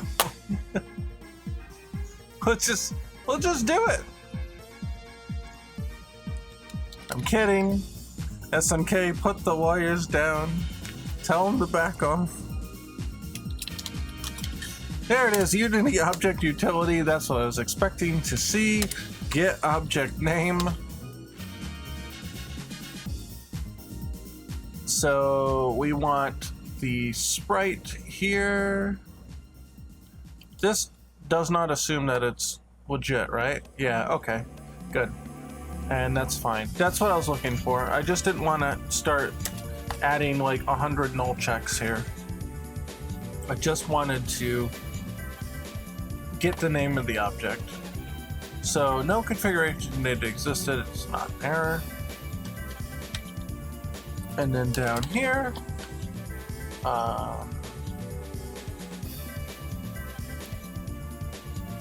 using mask data found in this for mask this. Boom. Just do it, right? Yeah, just do it. Do the do. Okay, now hopefully it will. Yeah, value is that nothing changed. Otherwise, set the value and do the thing. Okay, this should work. Wait, oh, I see why. We did all that for nothing. Well, not really for nothing. I just didn't put the thing here. Which is fine. I forgot to tell it to update whenever we change it. But it's not invalid to have all that login. Because especially if a problem does arise, you do want to see, you know, what happened there. In fact, I want to actually add one more log message here.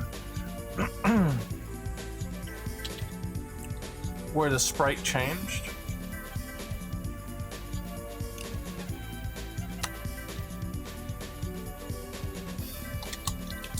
So if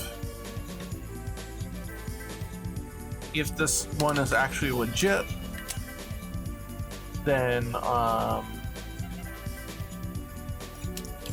loading sprite, or we'll say setting sprite to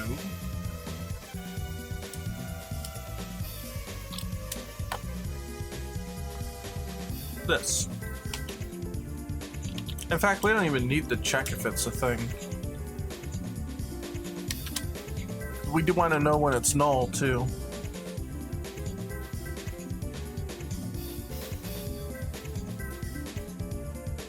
What does it say here?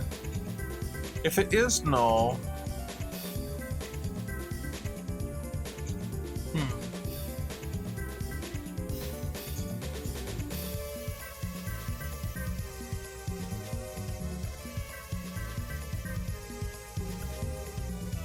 should there be a null check here?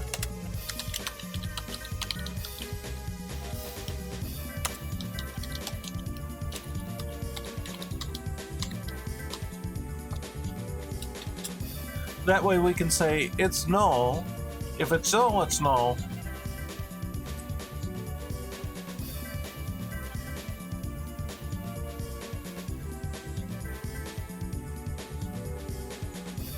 Right?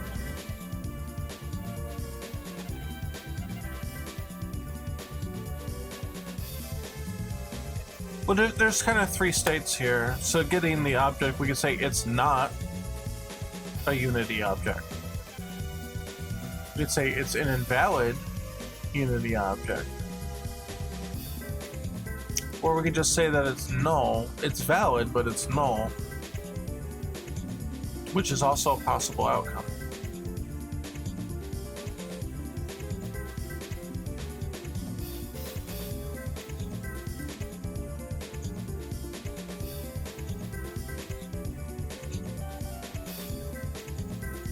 Yeah, let's do this. Bool is null.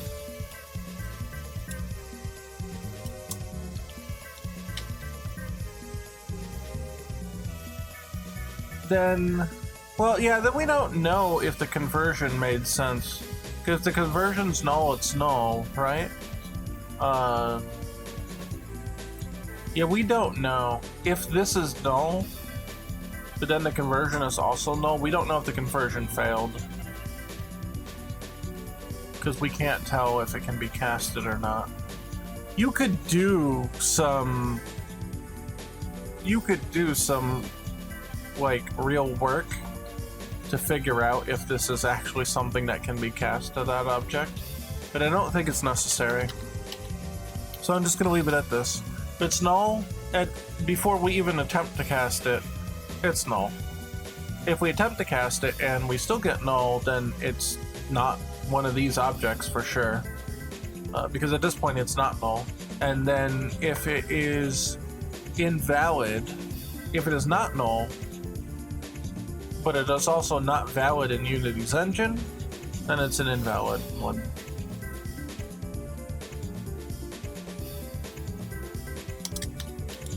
Can we say not a?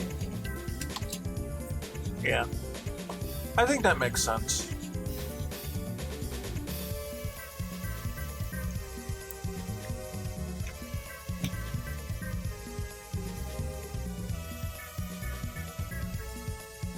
Yeah, then we can just get the object and there should be no pitfalls there.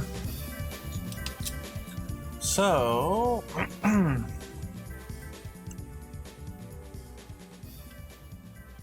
yeah, I think that's all set. We apply the character config. Let's see. I'll put this below it. Change it to set, past tense, set sprite to, etc.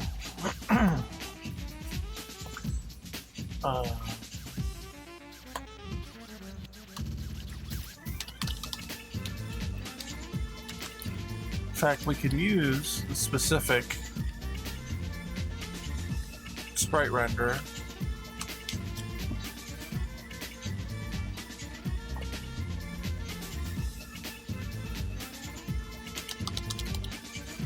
Sprite.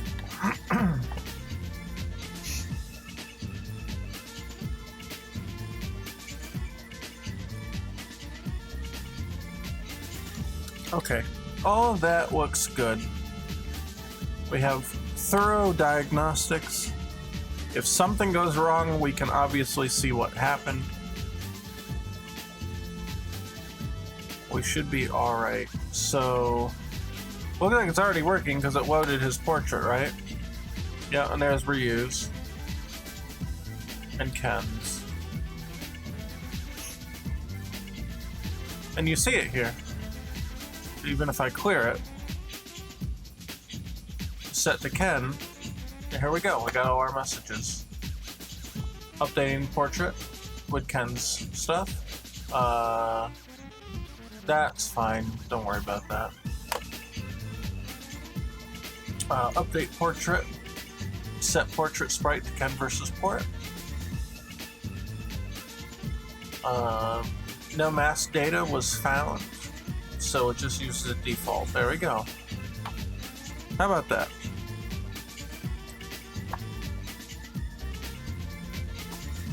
And now we need to add this character portrait to all of them.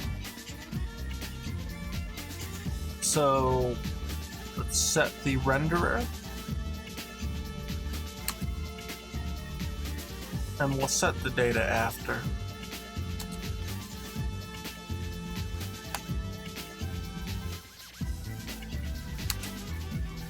Look at that. And everything's fallen into place.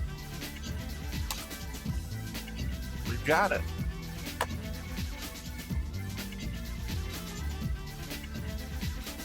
So then for right A, we want Ryu. Oh yeah, and if we set it to none, yeah, and it goes away. Cool, perfect. And then left B, we want to set to also to Ryu. Now it did not pick up the offset. We may not have added one, so we'll have to check that. Hey DTC, what's up? Just working on a new versus screen. I made these files here that represent the versus character configuration. So here we go to this one and we add Ken, the Ken file. It knows enough to load Ken's sprite and everything and establish everything on the thing. And then we've got Ken's new versus art. So we just completed this earlier. And now we're setting up the code to kind of establish the characters here. So I think that works out pretty good. So we're not seeing the offsets being done. At least it seems so. Because this should be offset. Yeah, this should be like 0.03 or whatever. So let's take a look. What might be wrong here? Takes the mask offset data and it shows it here.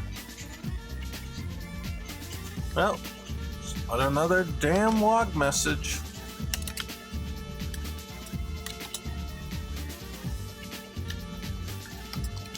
Set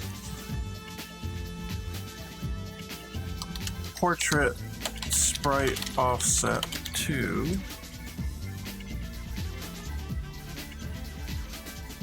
And we'll just take the offset data here.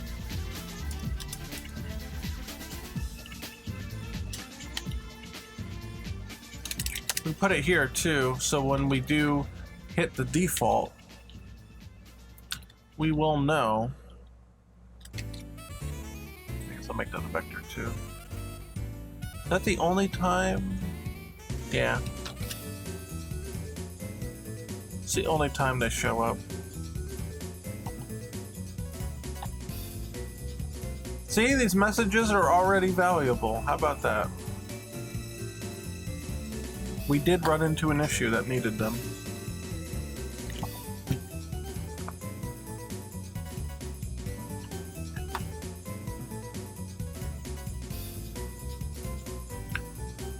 So here, this, which one is this? Looks like the Ryu. So let's set it to none. Set it to Ryu. And let's take a look at the console here. So it thinks that whatever the configuration was, that it was not valid. So let's take a look at the configuration. There's versus panel 0, which is the smaller one.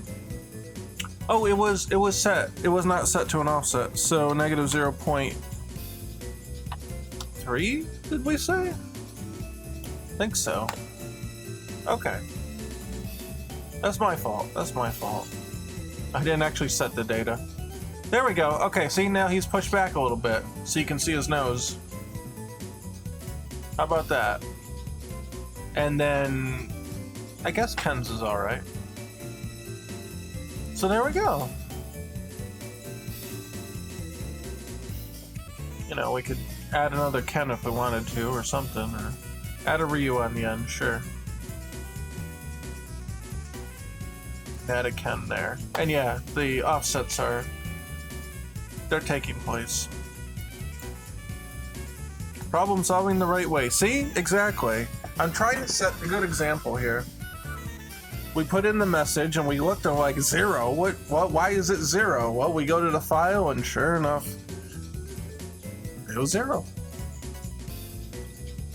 And the reason was, I think, because when we went originally, we had it as an integer and I changed it to an XY position. And when I did that, it would have erased the data from the integer version or the float version or whatever we put in there. Because it's a different type of data now. You can't use it, it throws it out, and it gave you the default, which is 0. But yeah, look it works. So, okay. This is only half the problem. Oh, what am I clicking on? Okay. Ryu does not have his palette data. So all his, like he's got the pink gloves and the green belt, that's because they have to be separated color spaces. You can't color them the same red. The gloves can't be the same red as the headband red because on some palettes, the gloves are a different color. But yeah, anyway, let's do... So it would look like this. I don't know if the oscillators are still in here or not. But just to see like what would it look like as a game screen.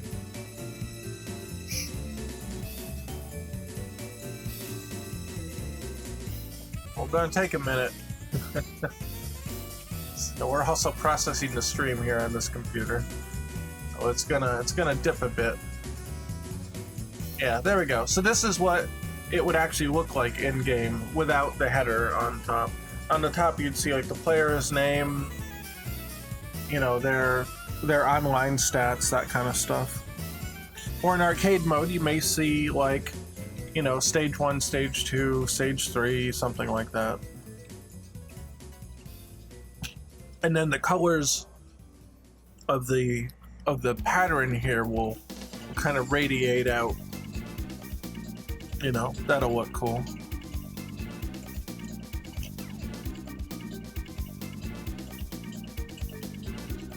So that looks all right. Yeah, that looks good.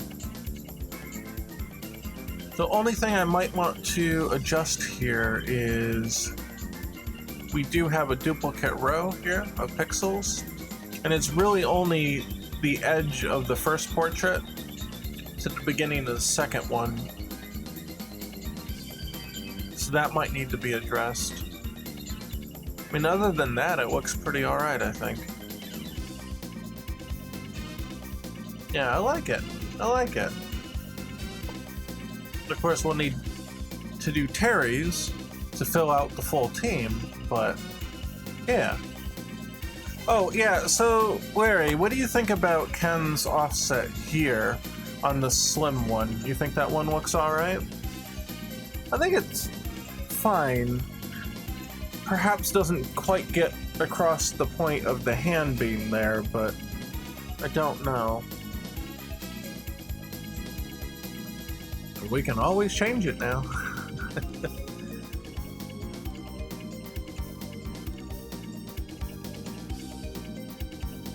I think it gives a decent view of the face. Ken's fine in the slim? Yeah, I think so too.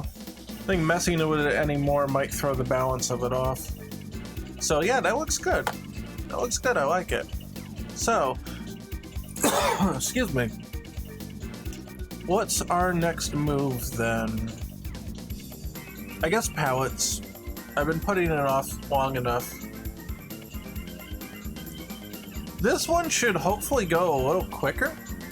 And the reason that I say that is that the palette data should be all set in there.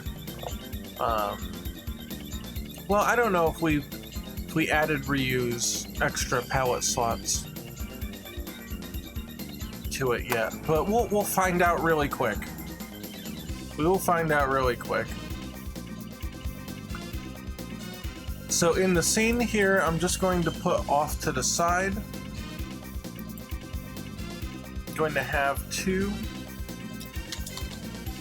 Ryu sprite and palette test.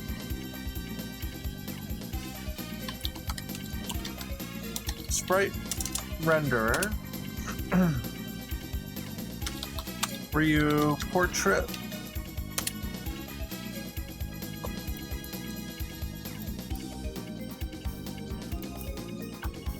And then palette sprite renderer. And I think that should be it for that. And we'll just duplicate this. Name it Ken.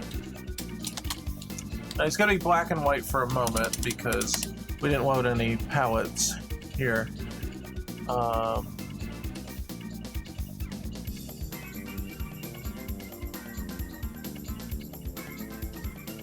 Ken versus portrait.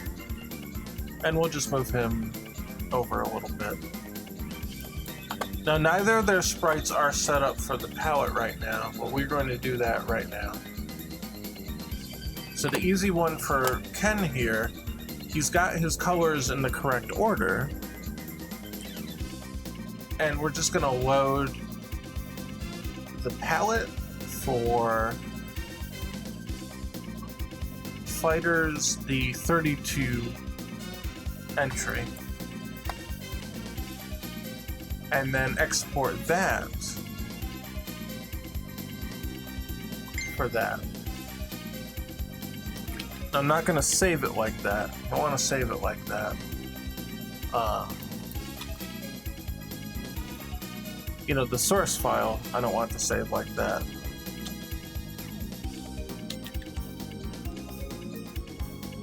But just when we export it. So now Ken's versus portrait will look like this. We should be able to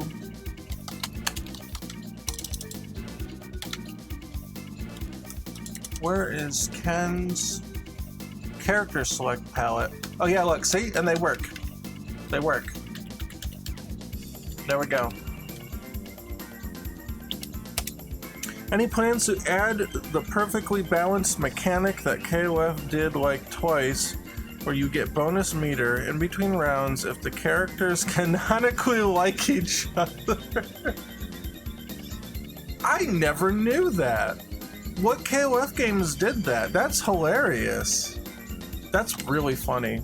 There is actually, that reminds me, there is one mechanic that I still haven't put into the game yet that might influence like meter gain and stuff, and that's first attack. Whoever lands the first hit, a clean hit, should get a meter bonus, I think. Maybe they'll get an entire bar. That'd be really nice. It would really incentivize people to get in there and do something. Get a whole free bar of meter and take that lead. Ooh. 97 vanilla and 98, I think. Okay. That's really funny. I've never actually noticed that. How much of a meter bonus is this? Like a whole bar, half bar? Like, what is it? That is hilarious. And that means that both characters then would get the bonus, I guess. Because they both like each other. That's funny. That's actually super funny.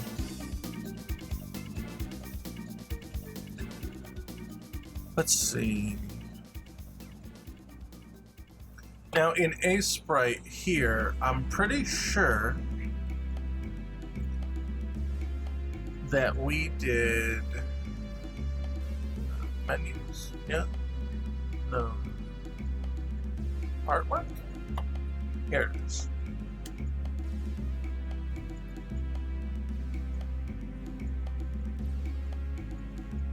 This portrait may not have... I don't know, did we order these in the correct order? We're gonna have to check the other one. So let's go to menu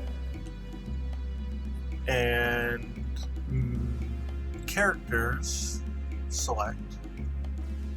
Check out reuse portrait here. Here, so here's the palette, the A Sprite palette, which looks correct. So this is not indexed. Here's the one that should be indexed. Alright, we need to check. Yeah, these palettes are the same. So that's good. That's very good.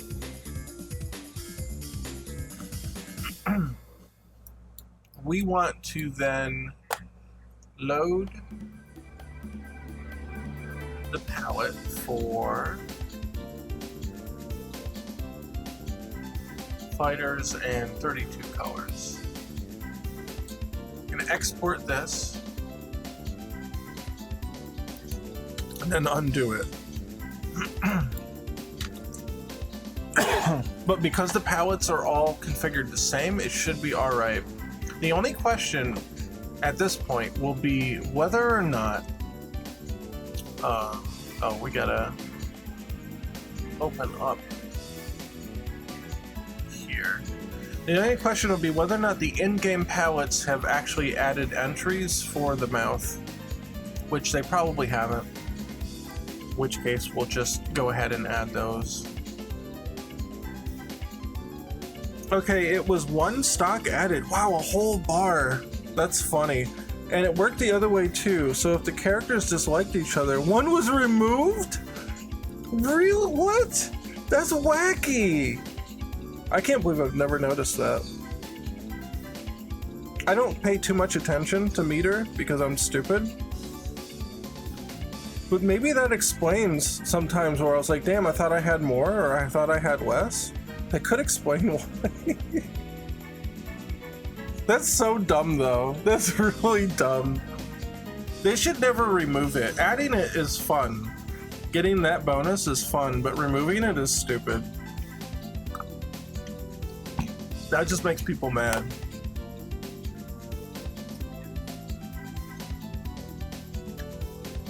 Okay, fighters can...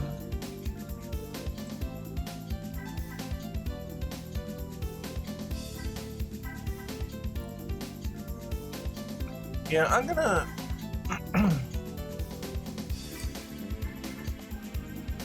Oh, this is... Okay, that's in the actual assets folder. I guess we don't really need that anymore. So we're in resources, fighters, can, artwork. And that's where, yeah, that's where this one is.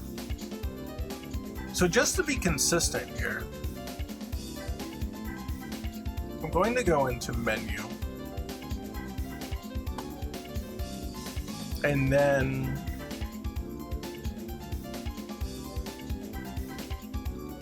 stage select, victory, character select here,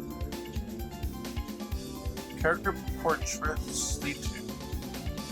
I'm going to remove these out of here and actually put them into the character folders. So we'll go here,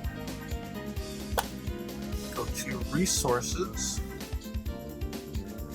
Oh, what happened? Here, resources, fighters, Ryu, artwork, I guess is where the other one was.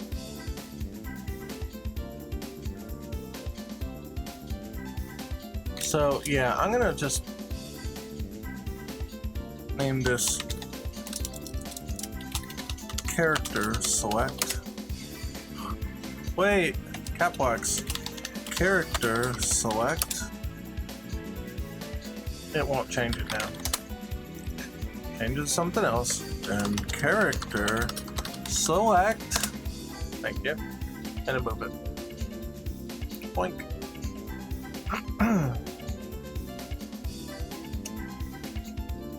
Yeah. Then fighters Terry artwork character selects.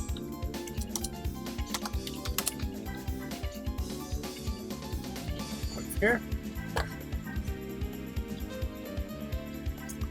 Fighters Ken artwork character select. There. Now everything will be kind of in a central location. And we'll put all of these in versus. There. Now we don't have to bounce around between two different whole files and shit. And we'll put, well, let's see what we got here. Yeah, these are all verses, yeah. But it's not the PSD though, so R is for Ryu, my Ryu. Move it here, baby. So here's all the ones that are left are Chun, Guile, Yori, Ken. So let's give Ken back his artwork. This is versus. No, character select. Okay.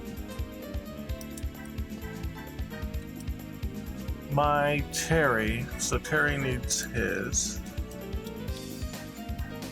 artwork. Character select. Oh, wait, hold on.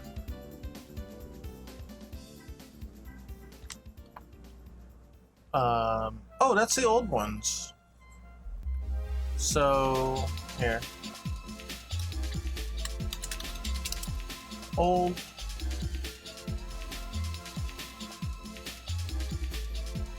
I think. Is this the old one too? I think it's the old one. Roster leaked. Well, you know all these ones. You know all these ones.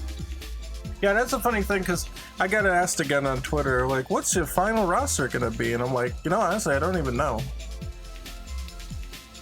You know, there's no use in thinking about it now. One, because it's so far away. It's kind of a waste of time, right? Oh yeah, okay. So this PSD was the old ones, so we don't need that there.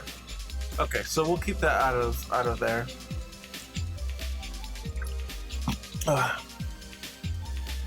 The only ones I know for sure are Chun, Guile, Mai, Iori, Kyo, Terry, Ken, and Ryu. And then a boss. But there's no use thinking about the other ones. And why bother? You know, they're really not gonna be a thing for a long time. So there's no reason to bother thinking about it. Oh, I see. This is the versus. Where's the versus portraits? Or did I move them already? Here's the mock-up we did.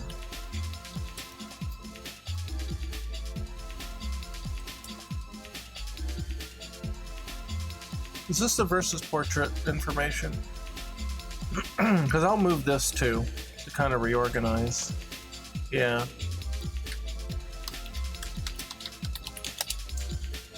And we will put that in here too.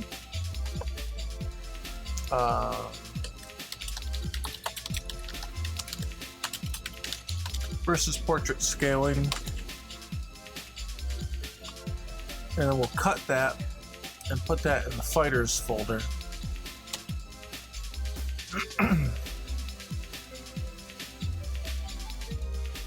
Yeah.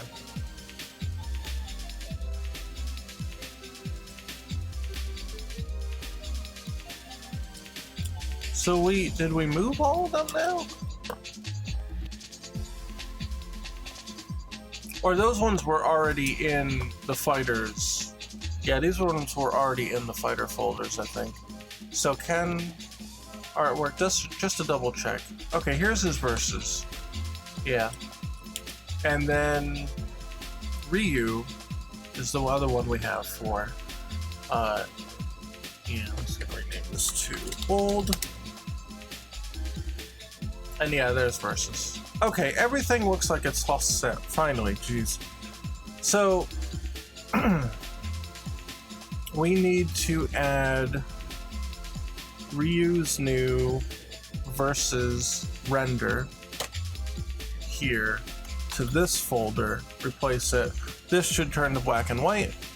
Boom, there we are. And now we can test the palette. And just as I expected, the mouth bits here are not added because that was added in our new sprite. The mouth wasn't open in the original, so the original palettes do not have entries for that, and that's fine. We will fix that right now. So let's go here. Did I add the palettes? I hope I did. I did add palettes. Look at that. Forward thinking. Cool. So I'm going to put the inspector over here. We'll have this in the middle to see the results. So here's the character select. Ryu versus portrait. And there we are.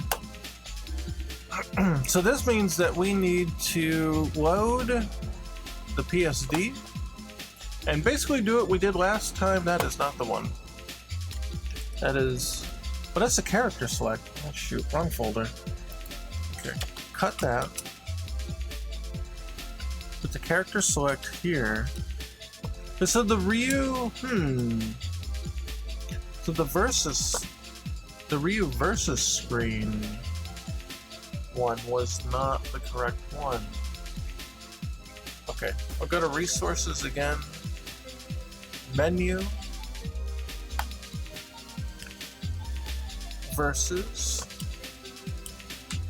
Right? Yeah, but it's not here. Oh, here's Ryu's. Here's Ryu's.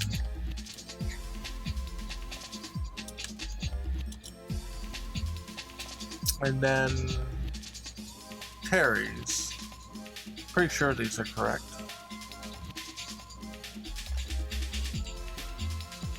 Right, and there's no versus folder, right? Because we haven't started that one yet. There we go. Okay, everything's organized now. Okay, I feel much better. Let's go back to Ryu and open up that file then, and then we'll get all the nice colors that come with that. So, artwork versus, not versus. Yeah, no, jeez, yeah, versus. Not character select, but versus. Okay, jeez, whew. All right, here we go. We're doing okay.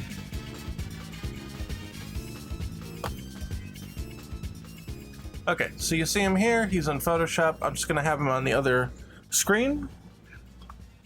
And we're going to color pick off the mouth.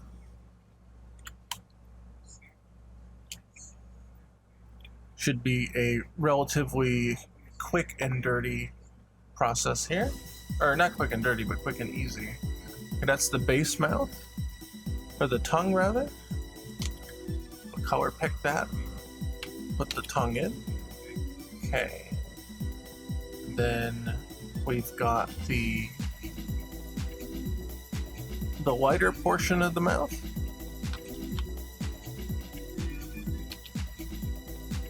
And then presumably the darker, yeah. Okay, and that's it. That's all we have to add per palette, but we do have to add them for all three. So there we go, and we can see that it has fixed the color.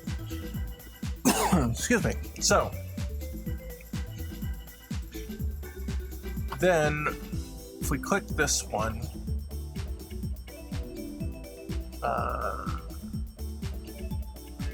why does it say Terry character select palette? It says Ryu here. This says Terry here. Unity, don't do this to me. For the love of God, please don't do this. Yeah, this says Terry character select. Why? Okay, Unity's scaring me now. Not liking that. Okay. And then on here, we're gonna change the color here. This may or may not change, but we'll check them for each. They both carry bags and are homeless. Unity is right. I don't know. Terry's not that homeless, is he? Is he really that homeless though?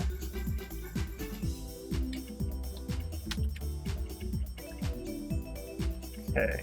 And we said the light one was the second. Yep. And dark.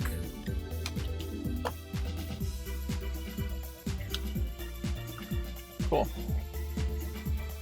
Okay.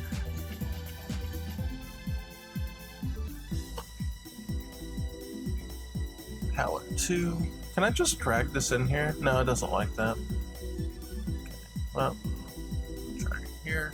It still says Terry. It's wacky. You know why? I think I know why it does that.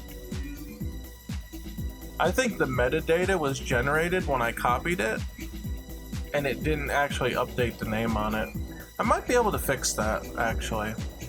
But we'll, one step at a time. Oh, no, don't write text. Give me the eyedropper. Here.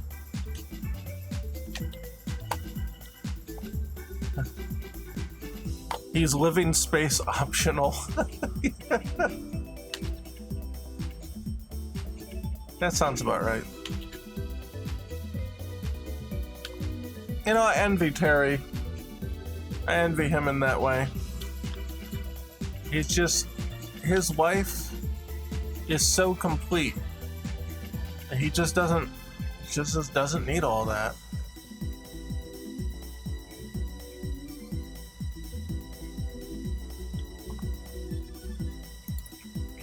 Switch to ice palette.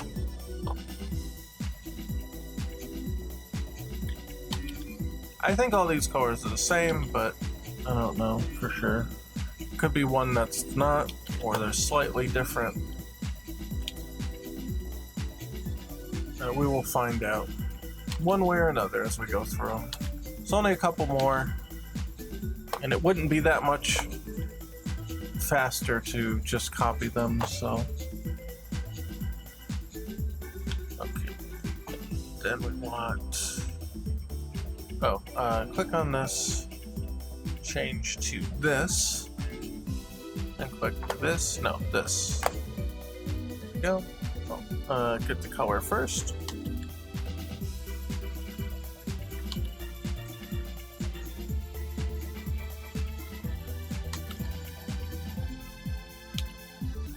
There's that. And this. There we are.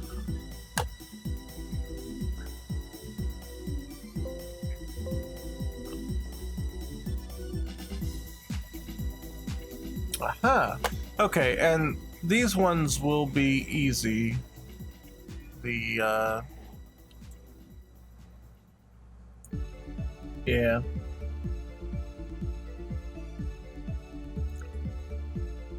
Let me see. Is it the same as this one? Yeah. Okay, it's the light color on here, so it's gonna be the headband. Whatever the headband is. Oh, I have to load this one. It's not that. Not that. Not that. Not that. Close. It's that one. Copy that into here. Here and here. Makes sense.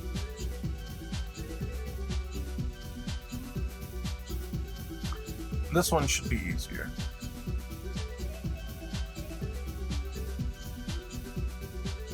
So we can clearly see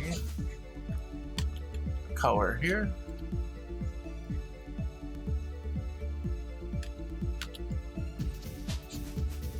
One, 2, 3,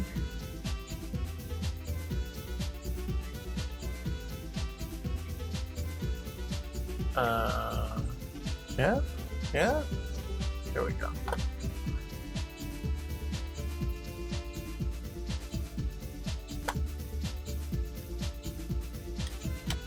Copy and 1, 2, 3. There we go, we're all set. So now they all just work. And then the Ryu character select.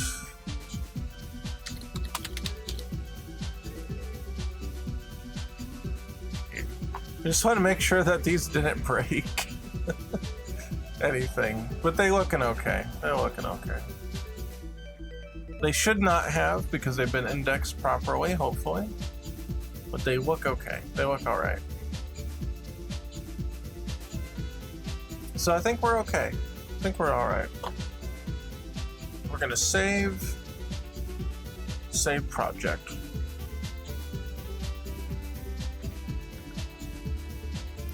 Okay, and I don't want to look at that one. I want to look at the default because that's the one I like.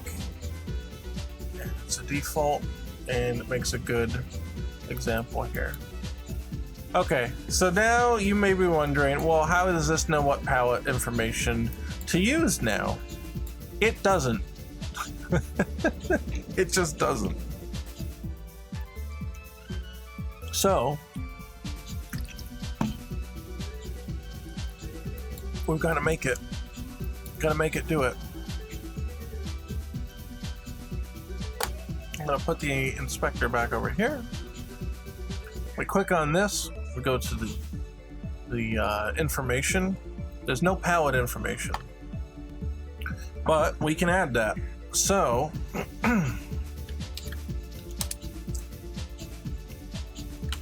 character palettes, let's say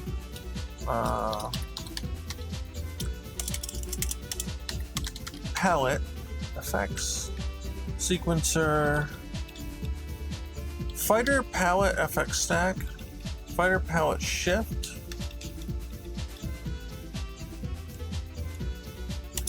fighter palettes, fighter palette FX stack. Alright, we're just gonna have to fish for it. So if we go to sprites, should be a color. Oh wait, no, I'm under palettes. And one of these is the palette collection or whatever the hell it's called here.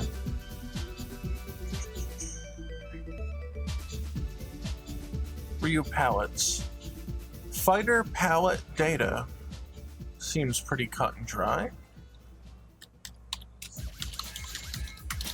Fighter palette data. There we go.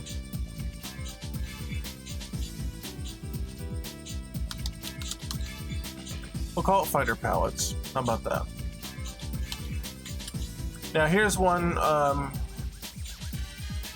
Same thing. We're gonna make it something we can access, but we can't change. So once the game is built, it's solidified. And then you can just grab it from here. And at first, let's just pull, if it's available, let's just pull the first one. Oh, actually, wait, we've got to add. We got to add a palette sprite renderer. Forgot about that. Copy component, paste a Rooney, paste, paste, paste, and paste. So we won't see anything new yet, but this gives us at least the ability to have palettes. And then we need to add that here. So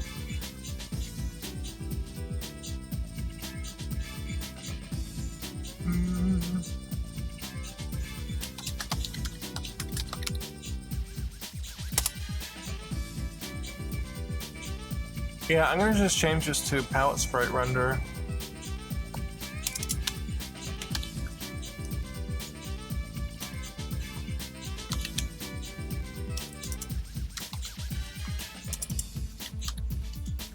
Really, there's no access to the sprite itself? That's wild. Or the renderer? Is it like a private field or something? It's got to know the renderers here.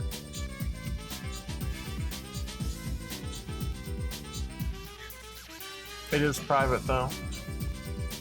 Alright. I made it a serialized reference too, huh? Alright, we're gonna do it. Gonna do it like we did the others. Field sprite renderer, and we're going to hide in inspector. Should be very nice. Private set. Oh, public. I'll leave it all one. If anything, I'll put the break here.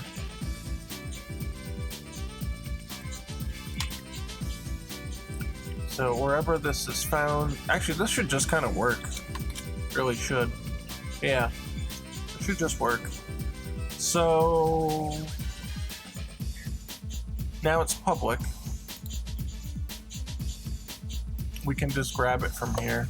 I just didn't want to have two references because it would be more of a pain. Sprite render, sprite, null. There we go. That's what I'm looking for. Let's go.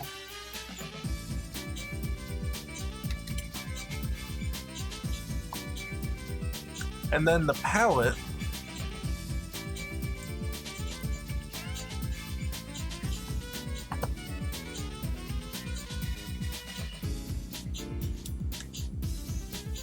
Yeah.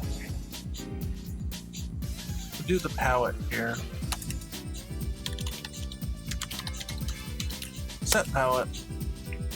So if, well, not that one. If the character configuration has the palette,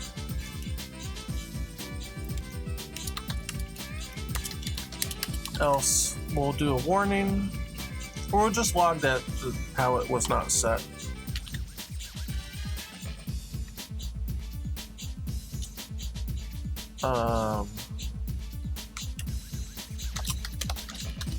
Palette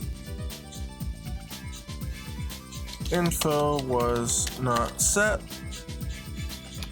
in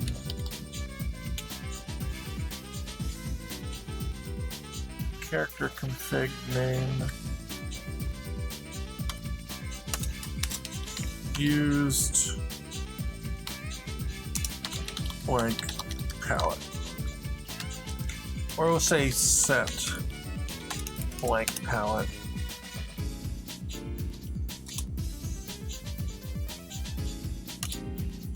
So palette sprite renderer.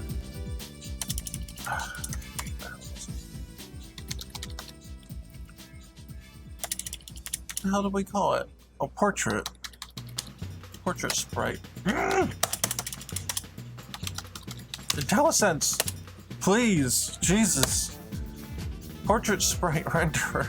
That's palette, I guess, equals null. There. Otherwise, we're just gonna pull the get character select palette. Yeah, there we go. We'll just pull the first one. Oh, and then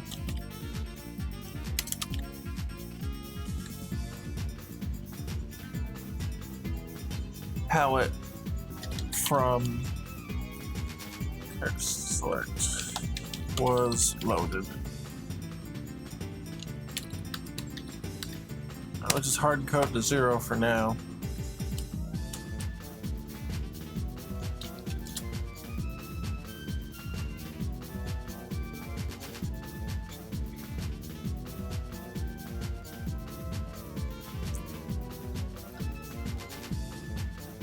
Okay, now the portrait sprite renderers are going to have to be all reset. They're a different type now. See where it says type mismatch?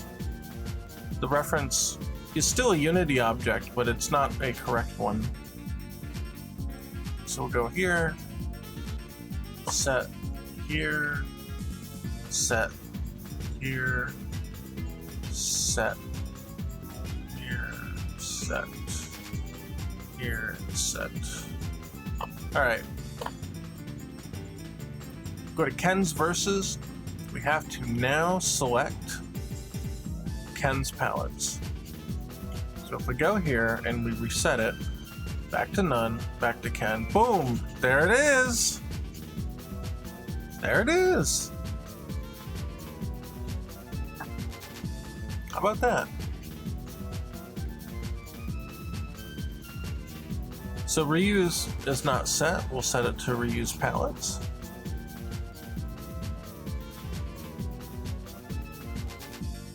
And there we are.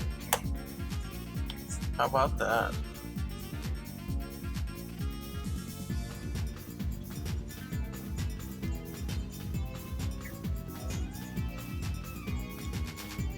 I feel like I want a quick refresh feature here. So I'm going to go down here. We're going to add private void refresh. Well, let's see. Context menu refresh all versus controllers. Oh, and we're also going to have to record them then. So region collections and region. We will say private static read-only list of portrait controllers. Let's say active controllers.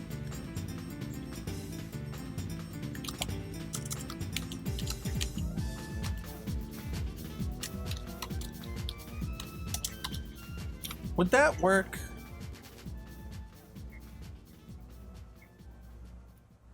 I don't know if this will actually activate.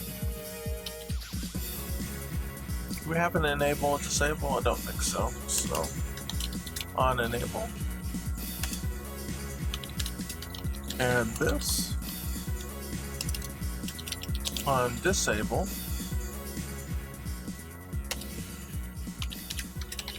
Remove this.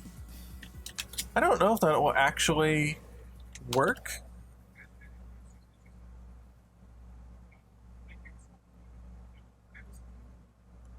Without being in I don't know if this actually work in editor mode, so I'll do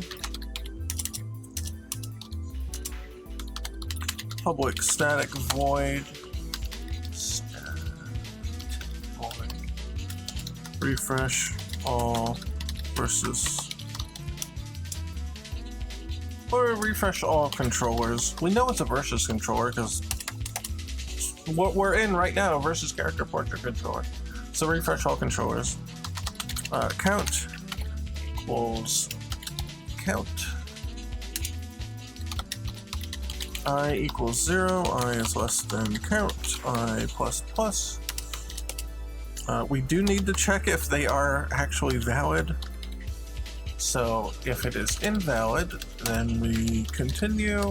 I don't really feel like throwing an error here, so I'm not gonna bother. It's not super relevant. And then here is update portrait from config. There you go.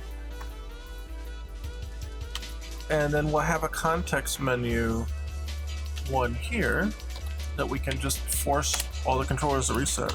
So context menu, context menu, then this will literally add it for the controller. So refresh all controllers, and we should just be able to blanket reset them all, assuming that they're actually being collected. I don't know. Oh, that's the other. You know what? Let's close this because the the computer's starting to chug, trying to keep track of everything that's going on. So let's close things we don't need. Pure ref, you're cool, but oh, it's frozen. Oh, it's dying. It's dying. Thankfully, the computer that processes the stream upload is not the computer that is doing the work right now. There's the code. Oh god, did it crash? I don't see Unity anymore. Did it just crash? Well, that ain't good. Did it straight crash, or did I accidentally close it? Let's see. I got my folder, I got chat, I've got music, I've got the stream, you know, sending the desktop image. Yeah, it's gone. What the hell, man? Did it actually crash? I'm actually a little surprised. Yeah, salute Unity. It's possible I may have clicked twice and it just closed both of them, but yeah, I don't know. It's trying its best, alright? Alright, well, it's doing its thing. Let's talk for a moment about Patreon. GameDevScrubs has a Patreon. That's for this show that you're watching right now, and for my personal efforts in game development. Helps pay for streaming on all the platforms. We've got Odyssey, YouTube, Twitch, sometimes Facebook. Nobody shows up on Facebook. That's fine. It goes for paying for that because that's unfortunately not free. It goes for paying for other software licenses for like processing audio and, you know, making video clips and all the other stuff. You know, sometimes like utilities for game dev, like Photoshop. I use that for both creating images for the stream. I use that for creating images of the games, things like that. Very helpful stuff. So if you'd like to support me, if you'd like to help me out, and help me cover the damn video thing that broke, the video capture device, that I just had to order a new one. It's killing me. That's why this computer is using basically like a local network feed to the other computer to get the image. But if you'd like to help me out, check that out. GameDevScrubs on Patreon. Really appreciate it. Really helps out. So we'll try. Uh-oh. What is going on here? What is okay, thank God. Oh, I was so scared. I was so terrified. Oh my God. Well, now we don't get to test the refresh because it refreshed when it reloaded the scene. But at least we know it works. It's fine. It's fine. It's fine. You know what I would like to do? Yeah, suddenly a horror stream, right? Though I was so scared. I thought it like completely borked the whole thing. I was just about to just rage quit the shit out of this. Well, at least it refreshed all the data for me, but you know, well, we can simulate. Yeah, we can simulate it not being refreshed. So we could go individually to like the palette here and just say no, it's not there, right? So if we go here and we added this here, refresh all controllers, boom. Okay, it didn't actually pick it up, and that's okay. I think I know why, and that's all right. I think it will only do that at runtime. I'm trying to think.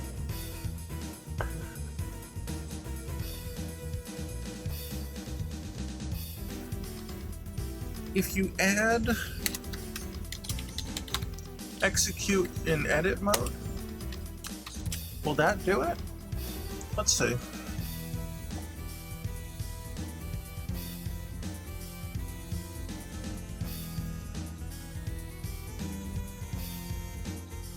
It would be nice if it just worked.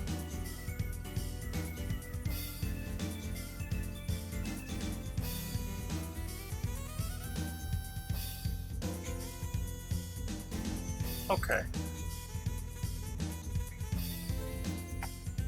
It looked like it attempted to. Oh yeah, it did. It did update it. Okay, that's fine. I'll take that. So edit and update in edit mode allows these things to actually enable and disable, unenable and undisable. Okay, I'll take that. That's a win. That's a W. So if we were to take this one out and then refresh all controllers, boom, there you go. Hey, look at that. All right, now I don't have to do a wonky thing, because I could have made a specific editor only version of the update if I really needed to, and just captured, oh, here it is. I could have just captured all the things and put them in the list and then decided to pull it, but yeah, if we can do the execute and edit mode, that's fine. Okay, so we have all that, and that's pretty good, actually. I would say the one thing I want to change here would be to add the palette number that it attempts to load in the controller. And that's really easy.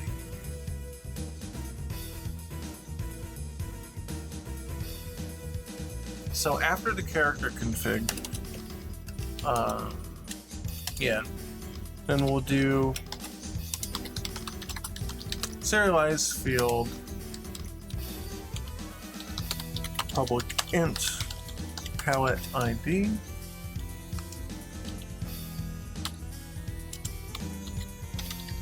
Get private set,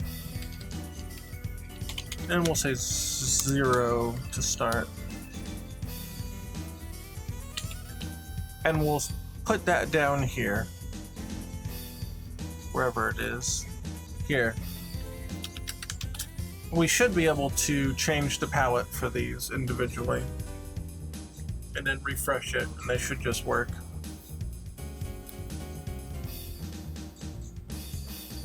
So left one is Ken.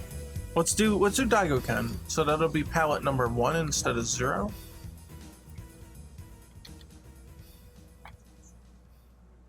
Yeah.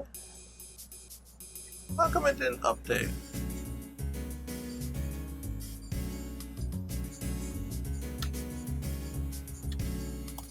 That's weird. It didn't do on validate.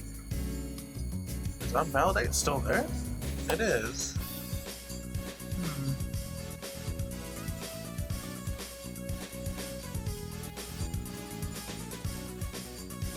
Oh, there it goes.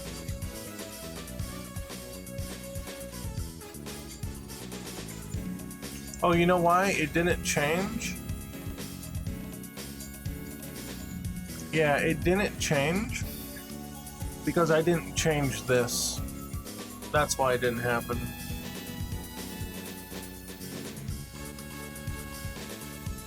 So we'd have to do them and then refresh them. Wait, so which one is... Okay, 3 or 2. There's 0, 1, 2, so the third palette. That's the Daigo colors. And this is the Ryu. I'm gonna set him to 1. This is the Ken all the way at the end. I'm gonna set him to 1 as well. This Ryu will be 1. This Ken will be 0. And this Ryu will be 3. And then we'll hit the refresh. Boom! How about that? There, now we got our colors working.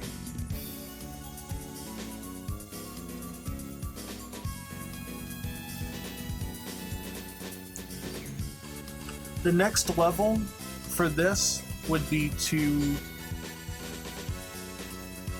add detection for the battle options in the team layout.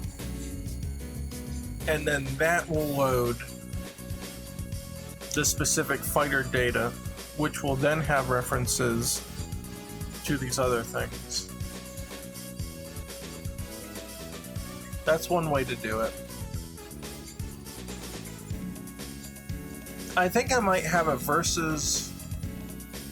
I'm gonna put this... I may have a versus menu controller that takes care of that instead. Instead of doing it specifically with each component here, I may have one controller for the whole menu that when it starts, it'll figure out where these things are, or where they're supposed to be perhaps, and then tell them what data they need to load and fill in their information. I think that would make a lot of sense. And then it should be able to refresh on us and do that. I think this is a good place to leave it for now. We got our colors, we got our offsets, we got all this fun stuff. Everything looks like it's working. I'm pretty happy with the result here. I think at least code-wise, it's pretty alright. I could have maybe streamlined a few things if I thought about the menu as a whole, but there's nothing particularly wrong with this. I might change these fields to just sending it like the character battle information, and then it'll just figure out what to load here figure out what palette is currently selected, and then like go there. And I think that's in battle options. So there is like a fighter data file that has basically references to like all their basic stuff. So either I'll link this file to that, or I'll make this file available by just asking the system for it.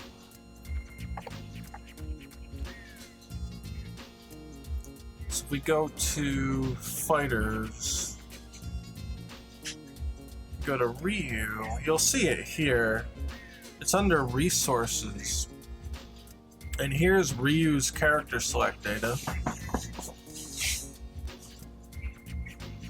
And what happens is it just looks for the character's name. And then here, it'll load character select data. Here's the character select data. Match data. When it calls to load Ryu in a match, it loads this data. Victory data, the same thing. So then we can have versus data here. And then it'll just pick up on it. In fact, we can move it there right now. So HUD and menu, resources. So Ryu versus data. And anything in this resources folder can get called by name. The downside to that is that because Unity doesn't know whether you're going to use it or not, if it is in a resources folder, it will ship with every version of the game. Now for this, it's fine because every version of the game will absolutely need Ryu's versus data. But if you start putting in optional textures or optional data into there, it will ship with every edition of the game. And that just may not be what you want. It's fine. Nothing really wrong with it, but it just may not be what you want. So just keep that in mind when you use this resources system.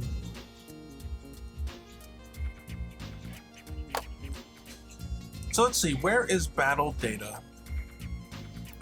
Where's battle data located?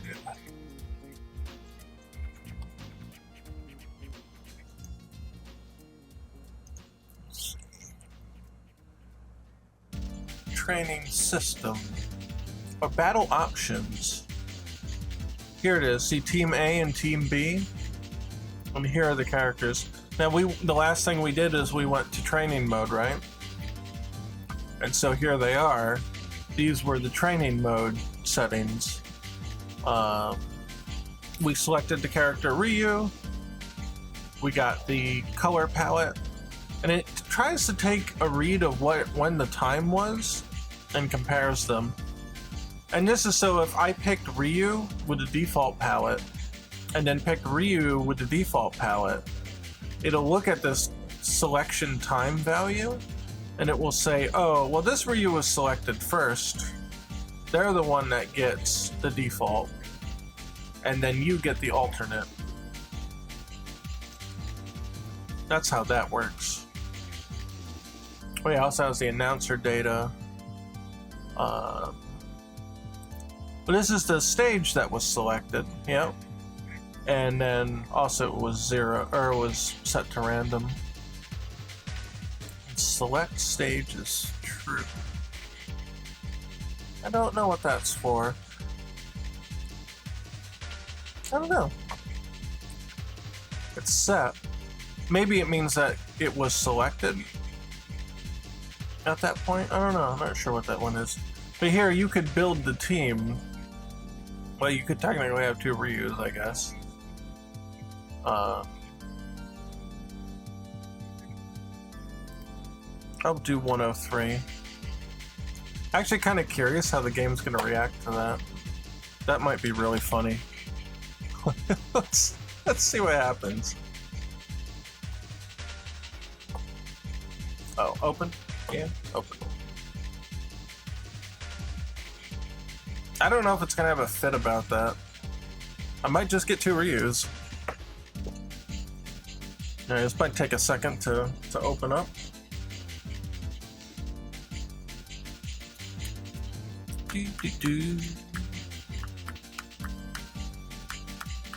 Do, do, do, do, do, do. No, it didn't. It didn't. Oh god, it's chugging so hard. Oh my god.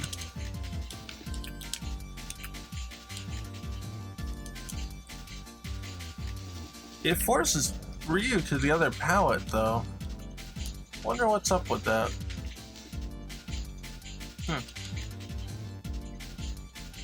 Anyway, the data should refresh. So if we go to... Oh, wait, fighter's open.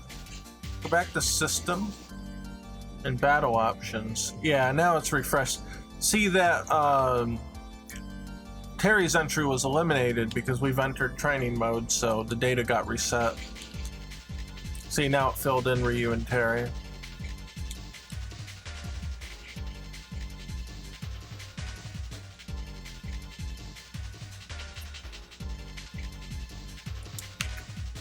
Whoa, whoa. Yeah, trying to process the stream image on the same computer does not work. Does not work out. Not by a long shot. Oh, it's rough.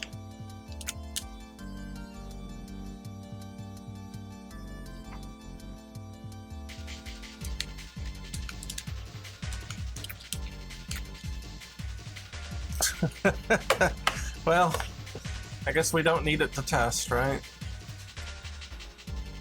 Download more RAM. Yeah. Let's just download more RAM. That's great. This is why I do not stream from the same computer I develop from. Not at all. The compiling alone may actually just tank the stream.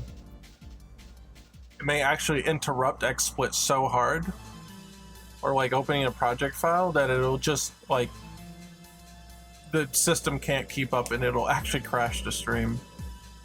Hey G-Man, what's up?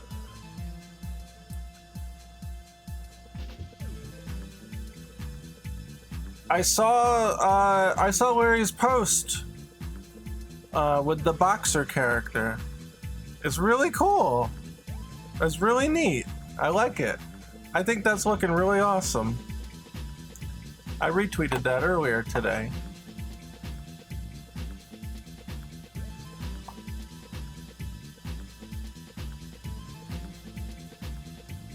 Yeah, it looks really awesome. It's got like big Ippo vibes in there, and I'm all for that.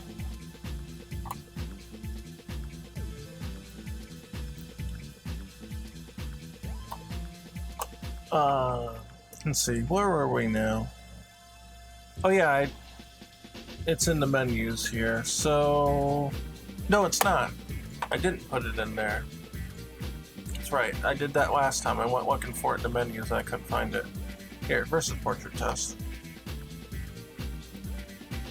Yeah, we're working on the code for the versus portraits here. And we got it laid out. It selects the colors. It checks everything out, which is really cool.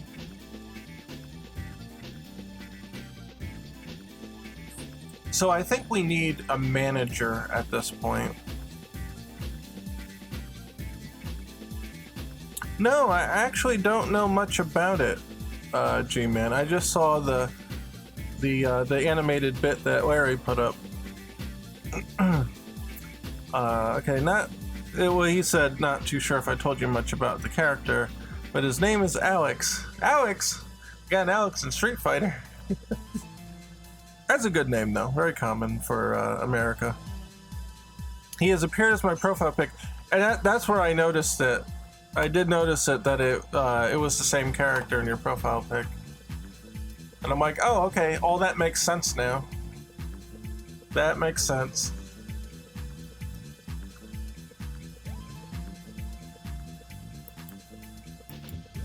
Oh, here's the full versions, by the way, if you're curious. And then Unity masks out the excess. So if we go in here, we can actually move. You can see we can move the mask to reveal what's underneath.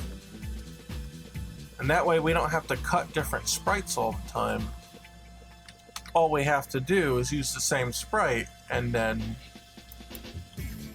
kind of like, how do I put it? You use that same sprite, but you just use the mask, and then you don't have to cut new ones. You just apply the mask, and it just conforms to whatever it is.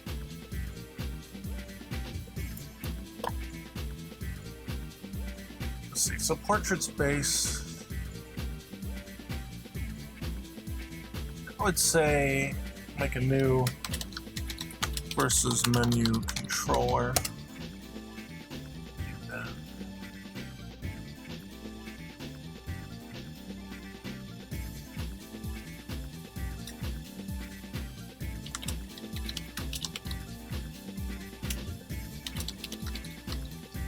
Okay, do that. We'll go back up to the versus menu folder to make that one. Menus. Oh, it's under character select versus. There's a versus screen controller.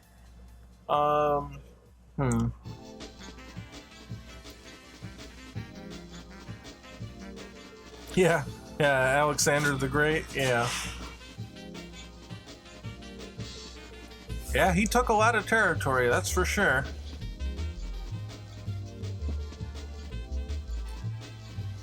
I'm gonna call this one, even though this one's called screen controller, I'm gonna say versus menu controller version 2.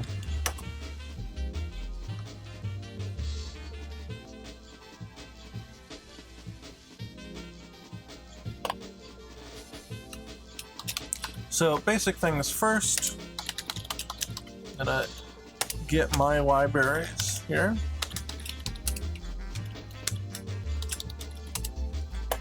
Gonna add the plus, model behavior plus, that's my own base class.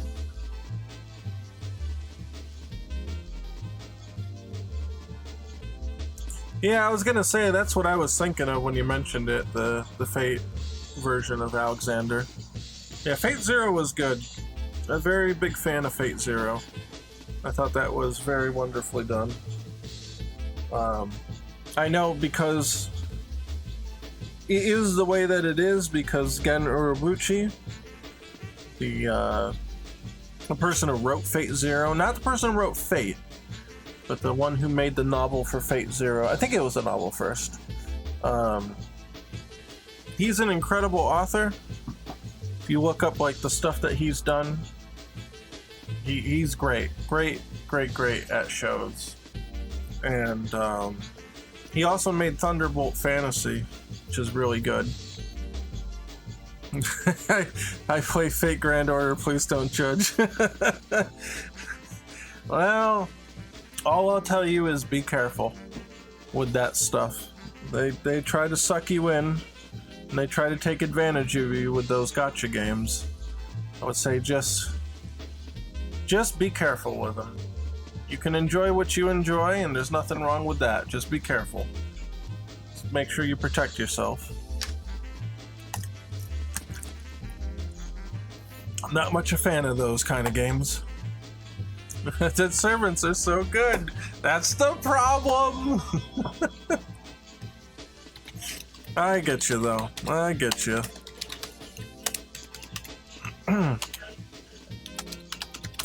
Oh, public. Battle options.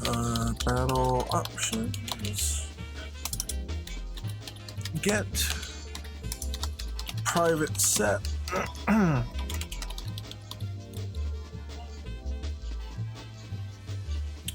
That game is the birthplace of new servants, ones that you might not see in other Fate media. Yeah, it's their big gigantic crossover crap, right? So they're gonna pull in everything from everywhere. More servants, the more money, baby, let's go! Gotta stack that paper.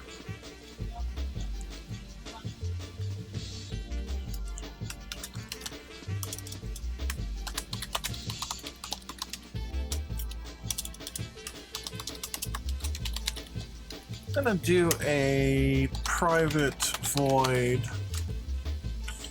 check for needed resources. If battle options is unavailable, then log error or warning, log warning in the editor.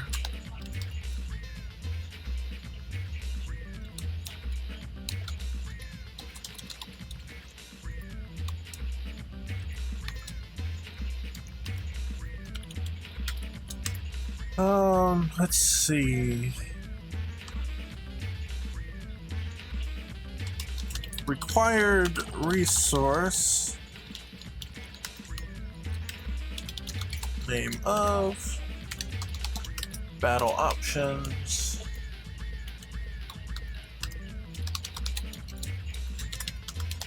Name of the type battle option / option.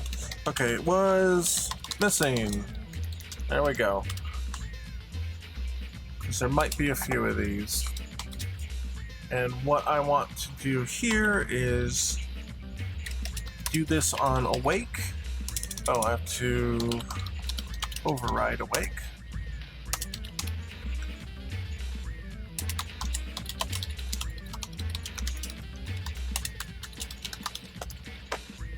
This way we will get a complaint when it doesn't work.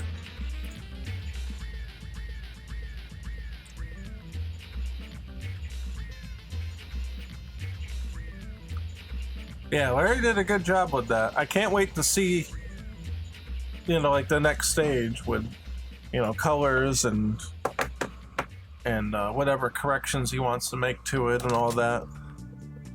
It looks really cool. Really, really cool. But that's LD for you. He knows what he's doing. He just knows. It's just there. So we got battle options. Do we need team composition? Let's take a look at the team data. Oh, you got the sneak preview? Ooh. Well, we'll see. We'll see when he posts it. I'm waiting for it. Fight menus system. Okay, so there's match information. We don't need that. Match results and battle options. And then there's teams. Team data. Which is just an amalgamation of that. Okay, I think we just need battle options then. That should give us all the information we need. So we look at battle options. We have the selected palette, the name, and all that. So let's see.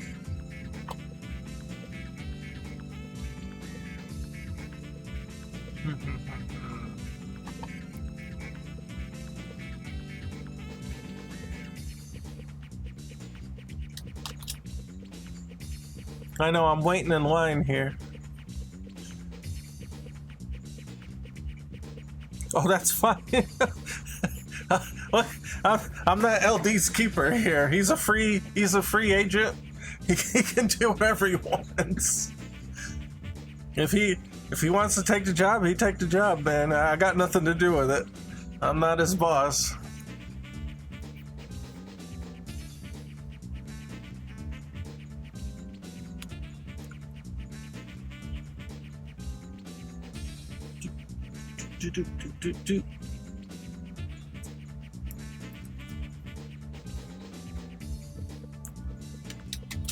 So we're gonna need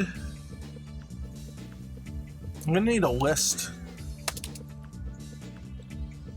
Yeah, we're gonna need a list of these two. So serialized field,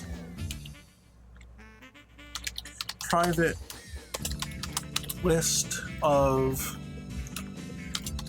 versus character portrait controllers.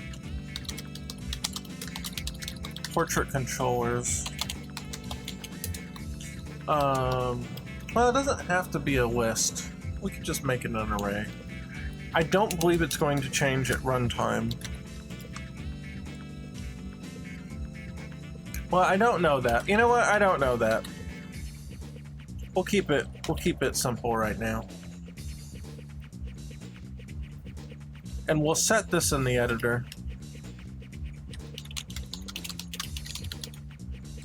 For now. We may automate this in the future. Or we may have configurations that we load in. Because you may notice that there's different sizes, right? But what if you only select 2 characters?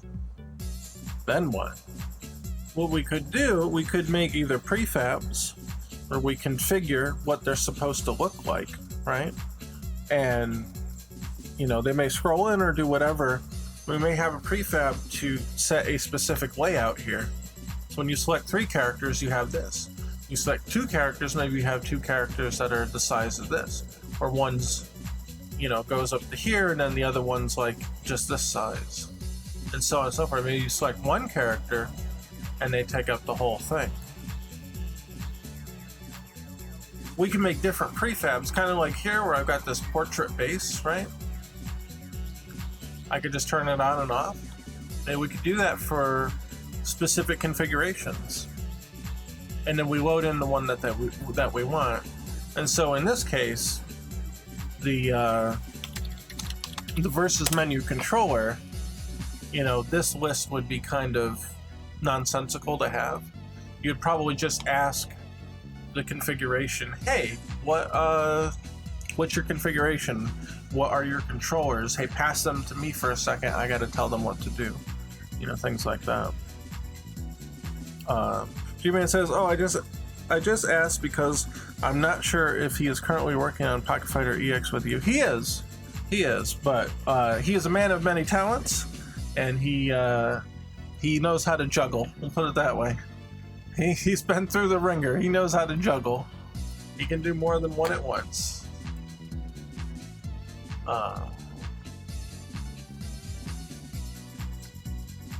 Yeah, actually, let me just hit the bathroom for like 30 seconds. I'll be back in a second. You gotta try to stay healthy, man. Like, don't hold it. That's the thing. I think too many streamers get hung up on the whole thing. Like, I can't take a break. But I'm trying to be better about my health, trying to do good things for me. So I'm gonna take that break, and I'll be right back.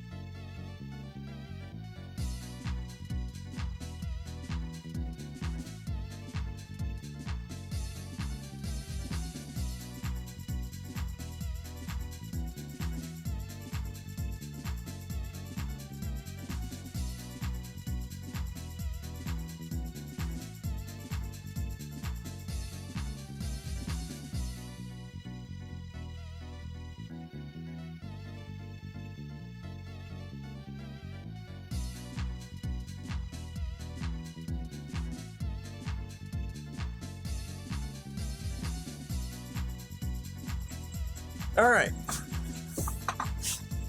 Yep, you're right. If nature calls, you gotta answer. That's right. Absolutely. So let's connect the battle options up. You'll see here if I play, it will probably complain.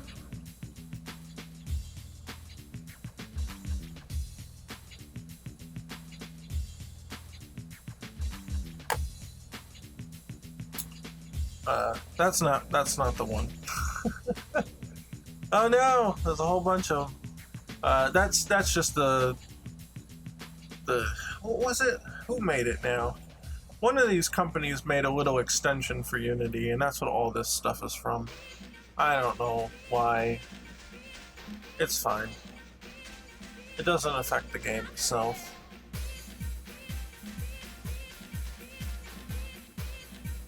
Versus menu controller, battle options was missing. There it is. Hooray! I didn't actually send the reference, did I? Yeah, I didn't send the reference. That's alright. We fixed it. So now we do want to set battle options.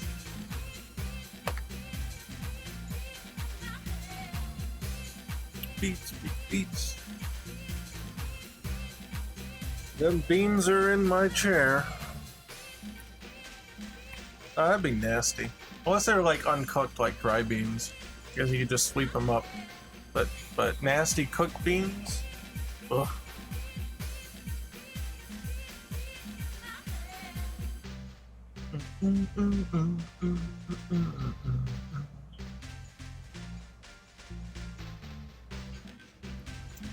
Let me just do the first three here.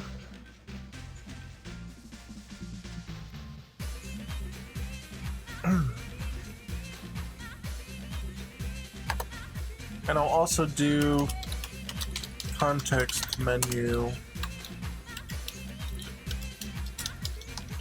refresh, portrait controllers.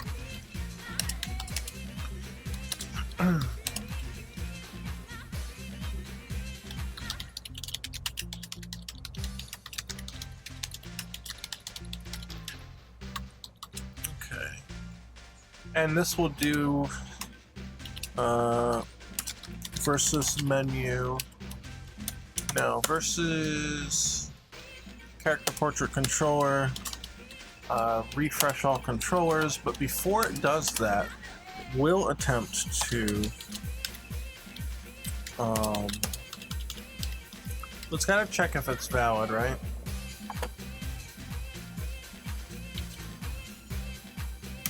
Int count. So if count is greater than or equal to 0, or to 1? Yeah, to 1. And it is valid, then we can load the data. Otherwise we skip it. So here,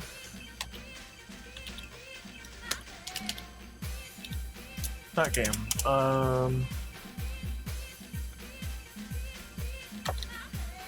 Portrait sprite renderer. What the heck was it called now?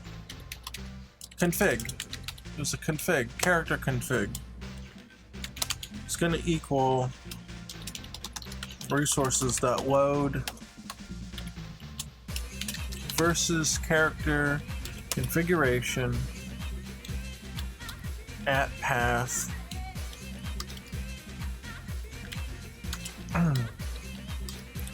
So it should be battle options.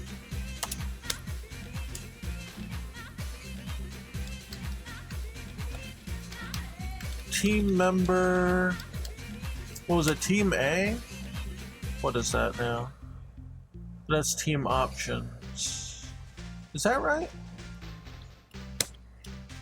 Add character. Characters. Okay, here we are. 0 and then the character select time. Yeah, okay, it's all here.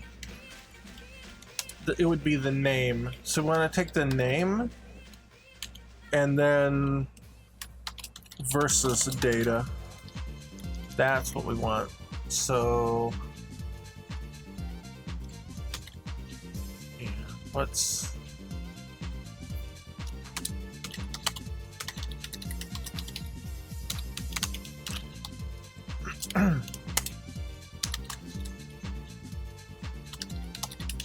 if versus data 0 is null, or we'll just say is invalid. We'll use Unity's check here. Then yeah, I'm gonna refactor this into its own thing. So I'm gonna call this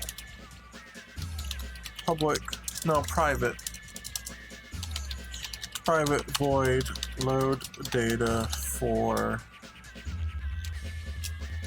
portrait.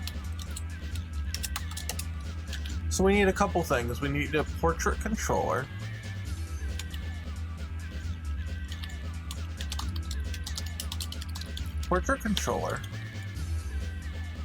We need battle options.team options? No. Character. Battle options.character. Character data. You know what? Actually, we don't. We can just say int character slot ID. Will that be enough?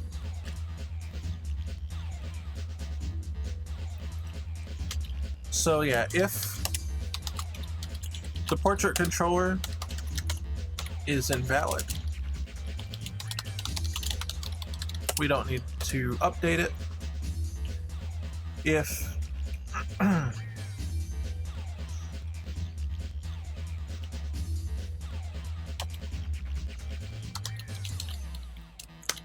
was it count or length? Oh, characters should be count, yeah. If the character count is less than or equal to character slot ID, return because character is in a slot that doesn't exist. Oh, also, if character slot ID is less than 0. There.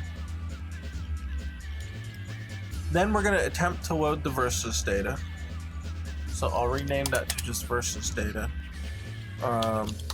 Versus data did not exist. So there's that. We try to load from the characters, or we can just battle options team A. Well, we're assuming it's team A, but we don't actually know.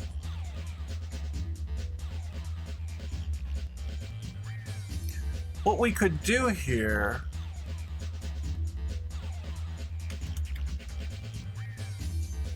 oh, that's team options. Never mind. Team options. Team A.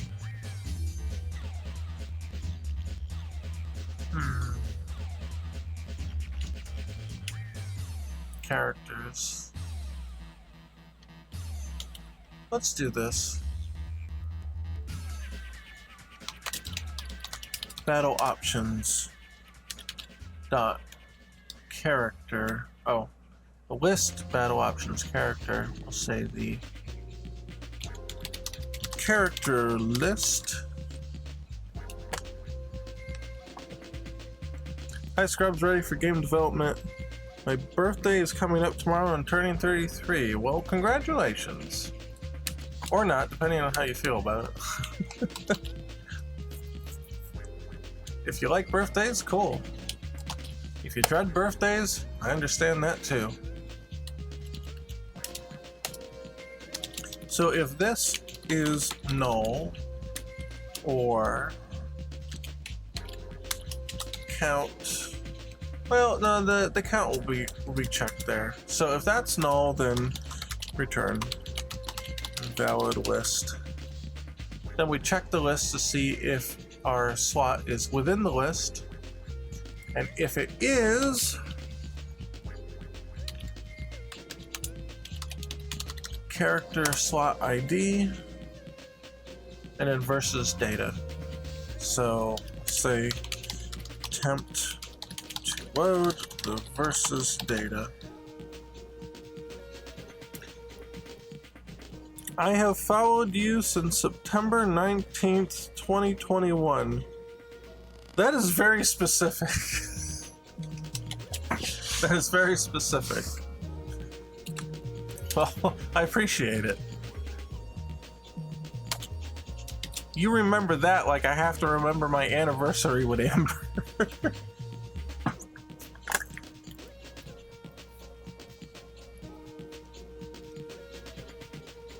Alright, now the portrait controller.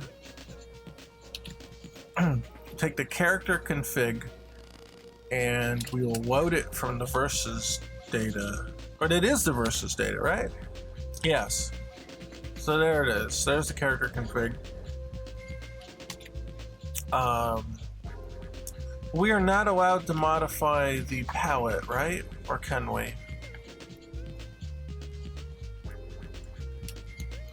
Well, now we can.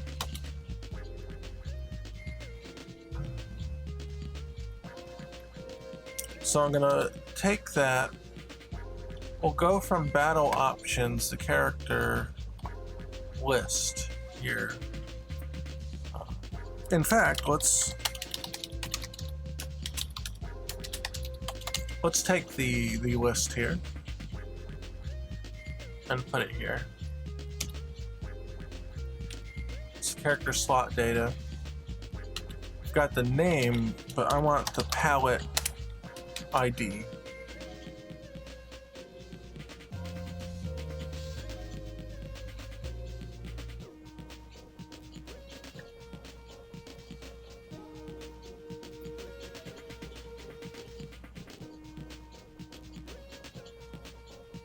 Yeah, and then set the data. And then it should just work.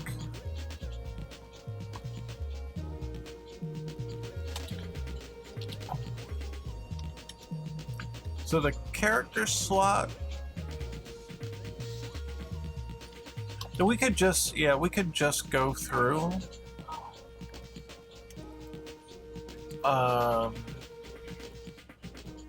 We'll just go through a for loop here, I think.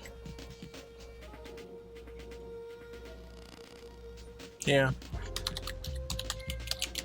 I equals 0, I is less than count I plus plus, and then we will attempt. Oh yeah, so if there's no battle options, return, because there's nothing to read. So load data for portrait controllers. I just got the 7th Saga and Tiny Toons Adventure Buster Bust Loose for the Super Nintendo. I wonder if that's the Tiny Toons game I picked up, and then I never actually played it, unfortunately. I keep forgetting to. It was for the Super Nintendo. Is that the only one for the Super Nintendo? Let's see, character list. So, battle options. I'm gonna just say Team A for now, characters. Let's do that. I've tried 7th Saga, I couldn't get into it though. I'm not a huge RPG fan though. I don't mind the story stuff and whatever, it's just the battle systems tend to be slow enough to just bore me.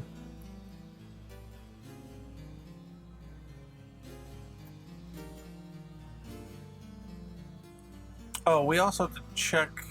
Oh no, this will get checked if it's null here. Tiny Toons Adventure had NES and Sega by Konami. Yeah, I haven't played those ones. I specifically did pick up the Super Nintendo Tiny Toons. It's at the flea market. I saw it. It was like $5 or something, or $10. I was like, okay. Unfortunately, the label's kind of like mostly ripped off of it, but I mean, as long as it worked, I'd be okay with it. Wouldn't mind so much. I know, for the most part, I don't really care about like collecting games and that stuff as much as just like I want to play it. If I like it, I want to play it. If it's good, I want to keep it, you know? I've almost never returned a game only in very specific cases where either the game was so bad or I just didn't like it that I would either return it or I would give it away. Very few cases that I've ever even done that. Mostly I'll keep them. Even if they're not like really that great, I'll keep them. But there's been a few. Like Resident Evil 5 was actually one, I'll admit that. Resident Evil 5, I just didn't like it. I didn't like it, and one of my friends was, we were talking about it or something, and I'm like, oh, what, you like Resident Evil? And he's like, yeah, I wanted to play 5 or whatever, and I'm like, here. I just reached over, I grabbed it, I put it in his hand, I'm like, just take it. If you'll enjoy it, just take it. I don't care. And that's what happened. Oh look, it worked. It switched to Ryu. It actually found the data too. Can you believe that?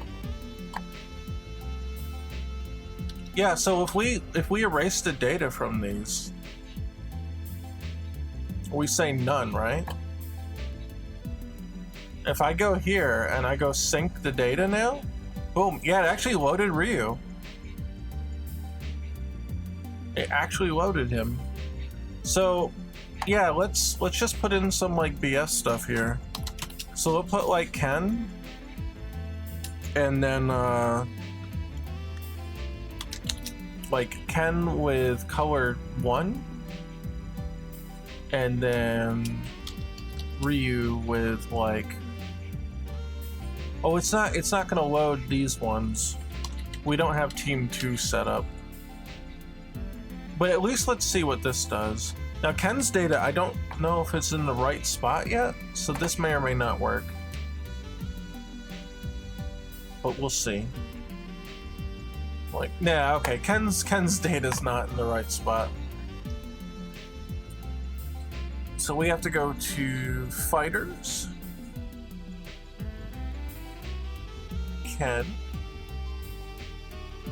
So his resources, yeah, his data's not there. So we moved it from menu and put it in resources.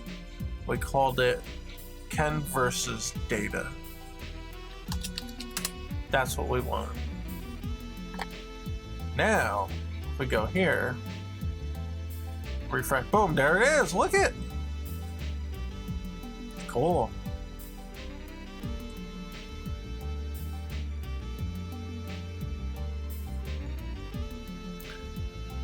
So G-Man says, I'm trying to work on a project involving Alex. He's talking about his character, the boxer. And me and Larry are working on it together. What kind of project, if you don't mind my asking? You don't have to answer if you don't feel comfortable. I mean, obviously part of it's animation or whatever, since that's what Larry posted, but what, I guess, what is it for?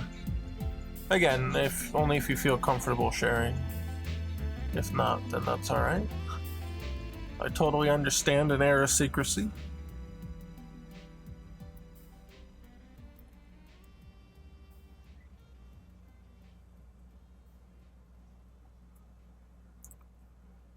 Yeah, so this is working pretty good. I'm actually happy with this.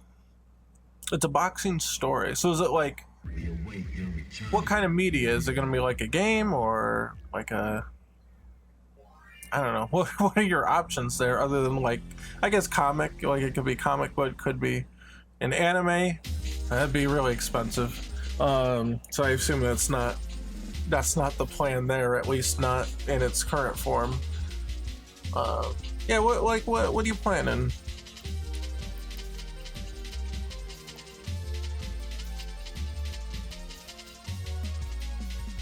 Okay, so let's do another Ken, and we'll do color palette 1. And refresh. And there it is. Okay, cool. Now if we take that one away, I think it won't refresh though. No, it doesn't. Okay. So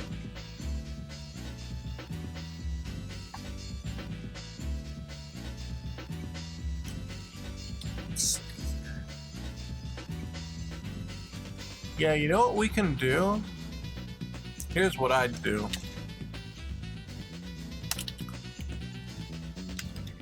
Right away, set it to null.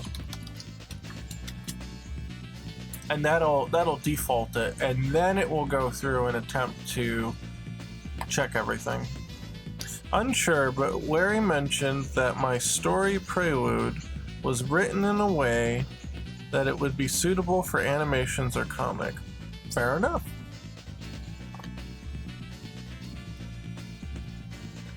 It's very difficult to make like a concise game one, you know? Oh, there we go. And now it went away. So let's do Ken color 2, Ryu color 1, and we'll do a Ken color 0. Let's see how it reacts. Refresh. Boom, there we go. Look at it. And then now we want to take the Ken away. So delete that. And refresh. There we go. Perfect. Perfect. So it is now reacting to the battle options, which is good.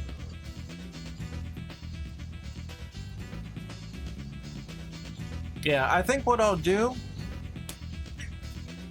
is I'll make a portrait group, and that portrait group controller will receive a list of characters, and then it'll parse through the list of characters and attempt to load that data onto the group. And then the group itself will just be configured in a way that shows a specific setup, and we can do it that way. I think that would work. That would be the most flexible. Then we could turn on and off different group configurations depending on how many characters are around or whatever.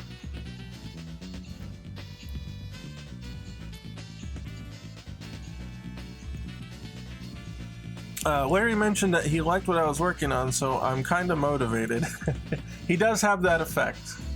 He does have that effect. I feel obviously his skill and experience are extremely high, so when I need an opinion on something, a really serious opinion, you know, I'll go to him for that and really put weight into what he feels about it. And we may not always agree, and that's fine. It's just how things go in the creative field. Sometimes you just don't agree, and that's all right. But I put a lot of weight into what he says. I think his skill is very apparent, and it would be foolish of me to pass up whatever advice or comments that he has. Just, you know, out of hand, just ignore it.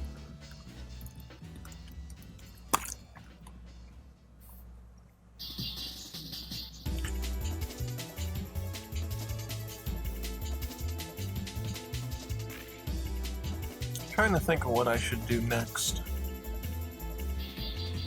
Well, given that it's 12:30, so it's a bit over midnight here, I think it would be best for me to pack it up. But I have stuff to think about now. Now that we prototype some of these scripts, right? We can test different things. I think it, how do I want to put this? I have enough prototyping on this to figure out how to form the entire menu now. So I think that's what I'll be thinking about.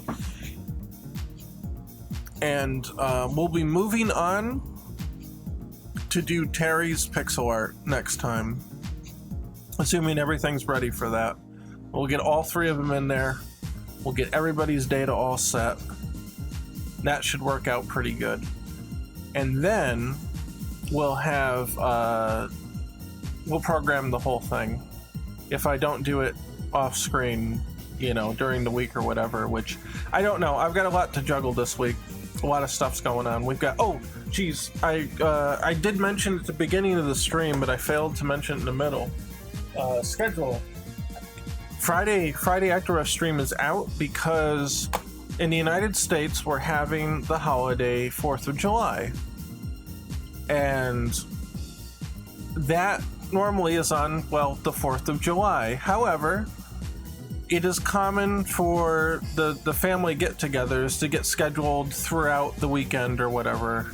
Ours happens to fall on Friday. And I think it was picked because of weather, you know, predictions or whatever. And that's fine, whatever, that's fine. I don't care. You know, it's not up to me anyway when it happens, so I just follow the lead. We're having it on Friday, but it's gonna be, you know, the time I would normally stream, it's gonna overtake that. So Friday, just this week, we're not gonna be here. So the Ecto Rush stream is canceled for this week, but we will be back on July 8th, the following Friday with Ecto Rush stream. But everything else should be fine. Everything else should be on schedule. Assuming power stays on and, you know, I don't get knocked out of power for 3 days like I did last year. Was that last year or was that the year before? That was rough. Can you imagine 3 days without power? Whew. Anyway, I just wanted to make sure that was known. So we do have that schedule change, but Ecto Rush will be back after. I'm actually kind of bummed about that because we were just at the point where like things were really like clicking in for Ecto Rush. Wow, did my browser just like freeze? What happened? Can I close it or is it gonna like die on me? Oh, it just like froze up completely. Close window? Uh-oh. Oh, no wonder the computer's been lagging. It's something's goofy right now. I think it's just going way too hard and it just can't keep up. There it goes. Okay, it's out. It went out. It's still frozen. Are we good? Can we unfreeze here? Thank you.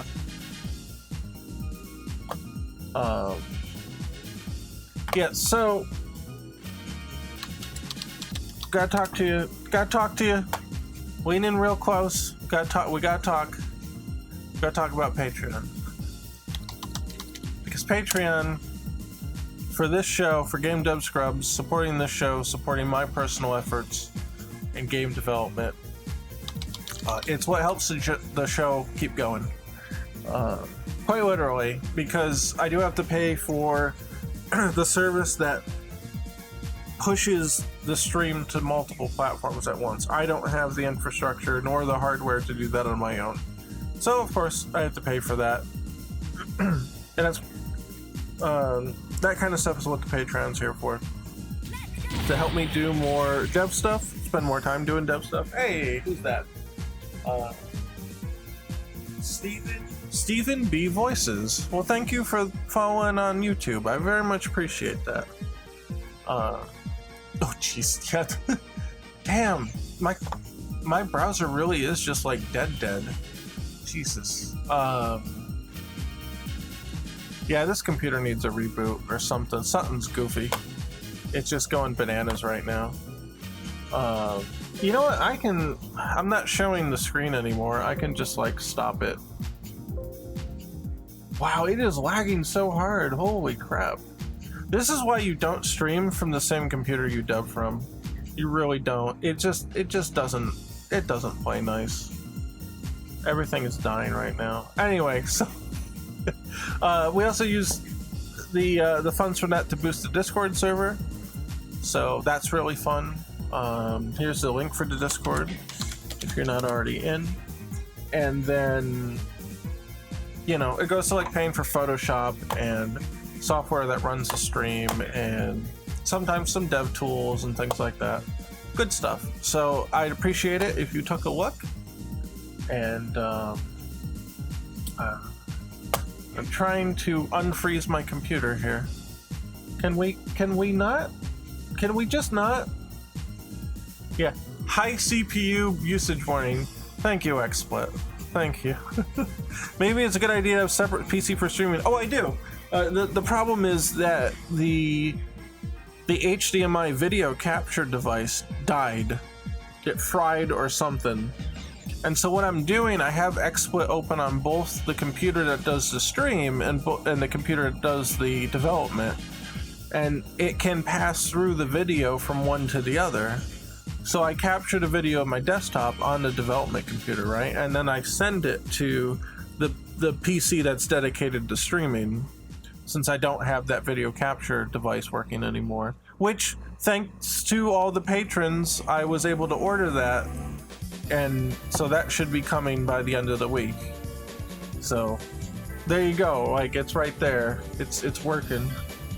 Oh, here we go. Can I turn it off? Okay. I was gonna say, I'm not showing the desktop anymore. I'm just gonna turn it off because it's causing problems. So let's see. Can I open my browser again? Can I open Discord, or is it just gonna be dead? Oh my god, it actually worked. Here we go. Okay. I can't wait till that thing comes in, man. It's killing me.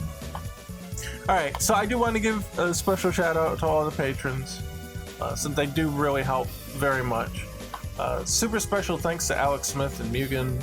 Also thanks to Bryce Nagalingam, Cameron Lyle, Garen Johnson, Mike Cruz, Guyan Van Duke, Variant X, Alex D, Ben K, D Money 107, LD Walker. Thanks, man. He's been there since day one. God bless him. Omega Keo, Slugs Gears of War, Smurfia, and AJ. There we go. And let's see, it's Monday now, right? Well, Thursday is the last day of the month, but come July, the list will refresh. I take the list every month for who's in and who's out. And then, well, it doesn't always refresh on July 1st. It actually takes a couple days to calculate it, I've noticed. So probably by Sunday, we'll have the new completed list. And then, so if you've joined in the meantime, you'll get added to the list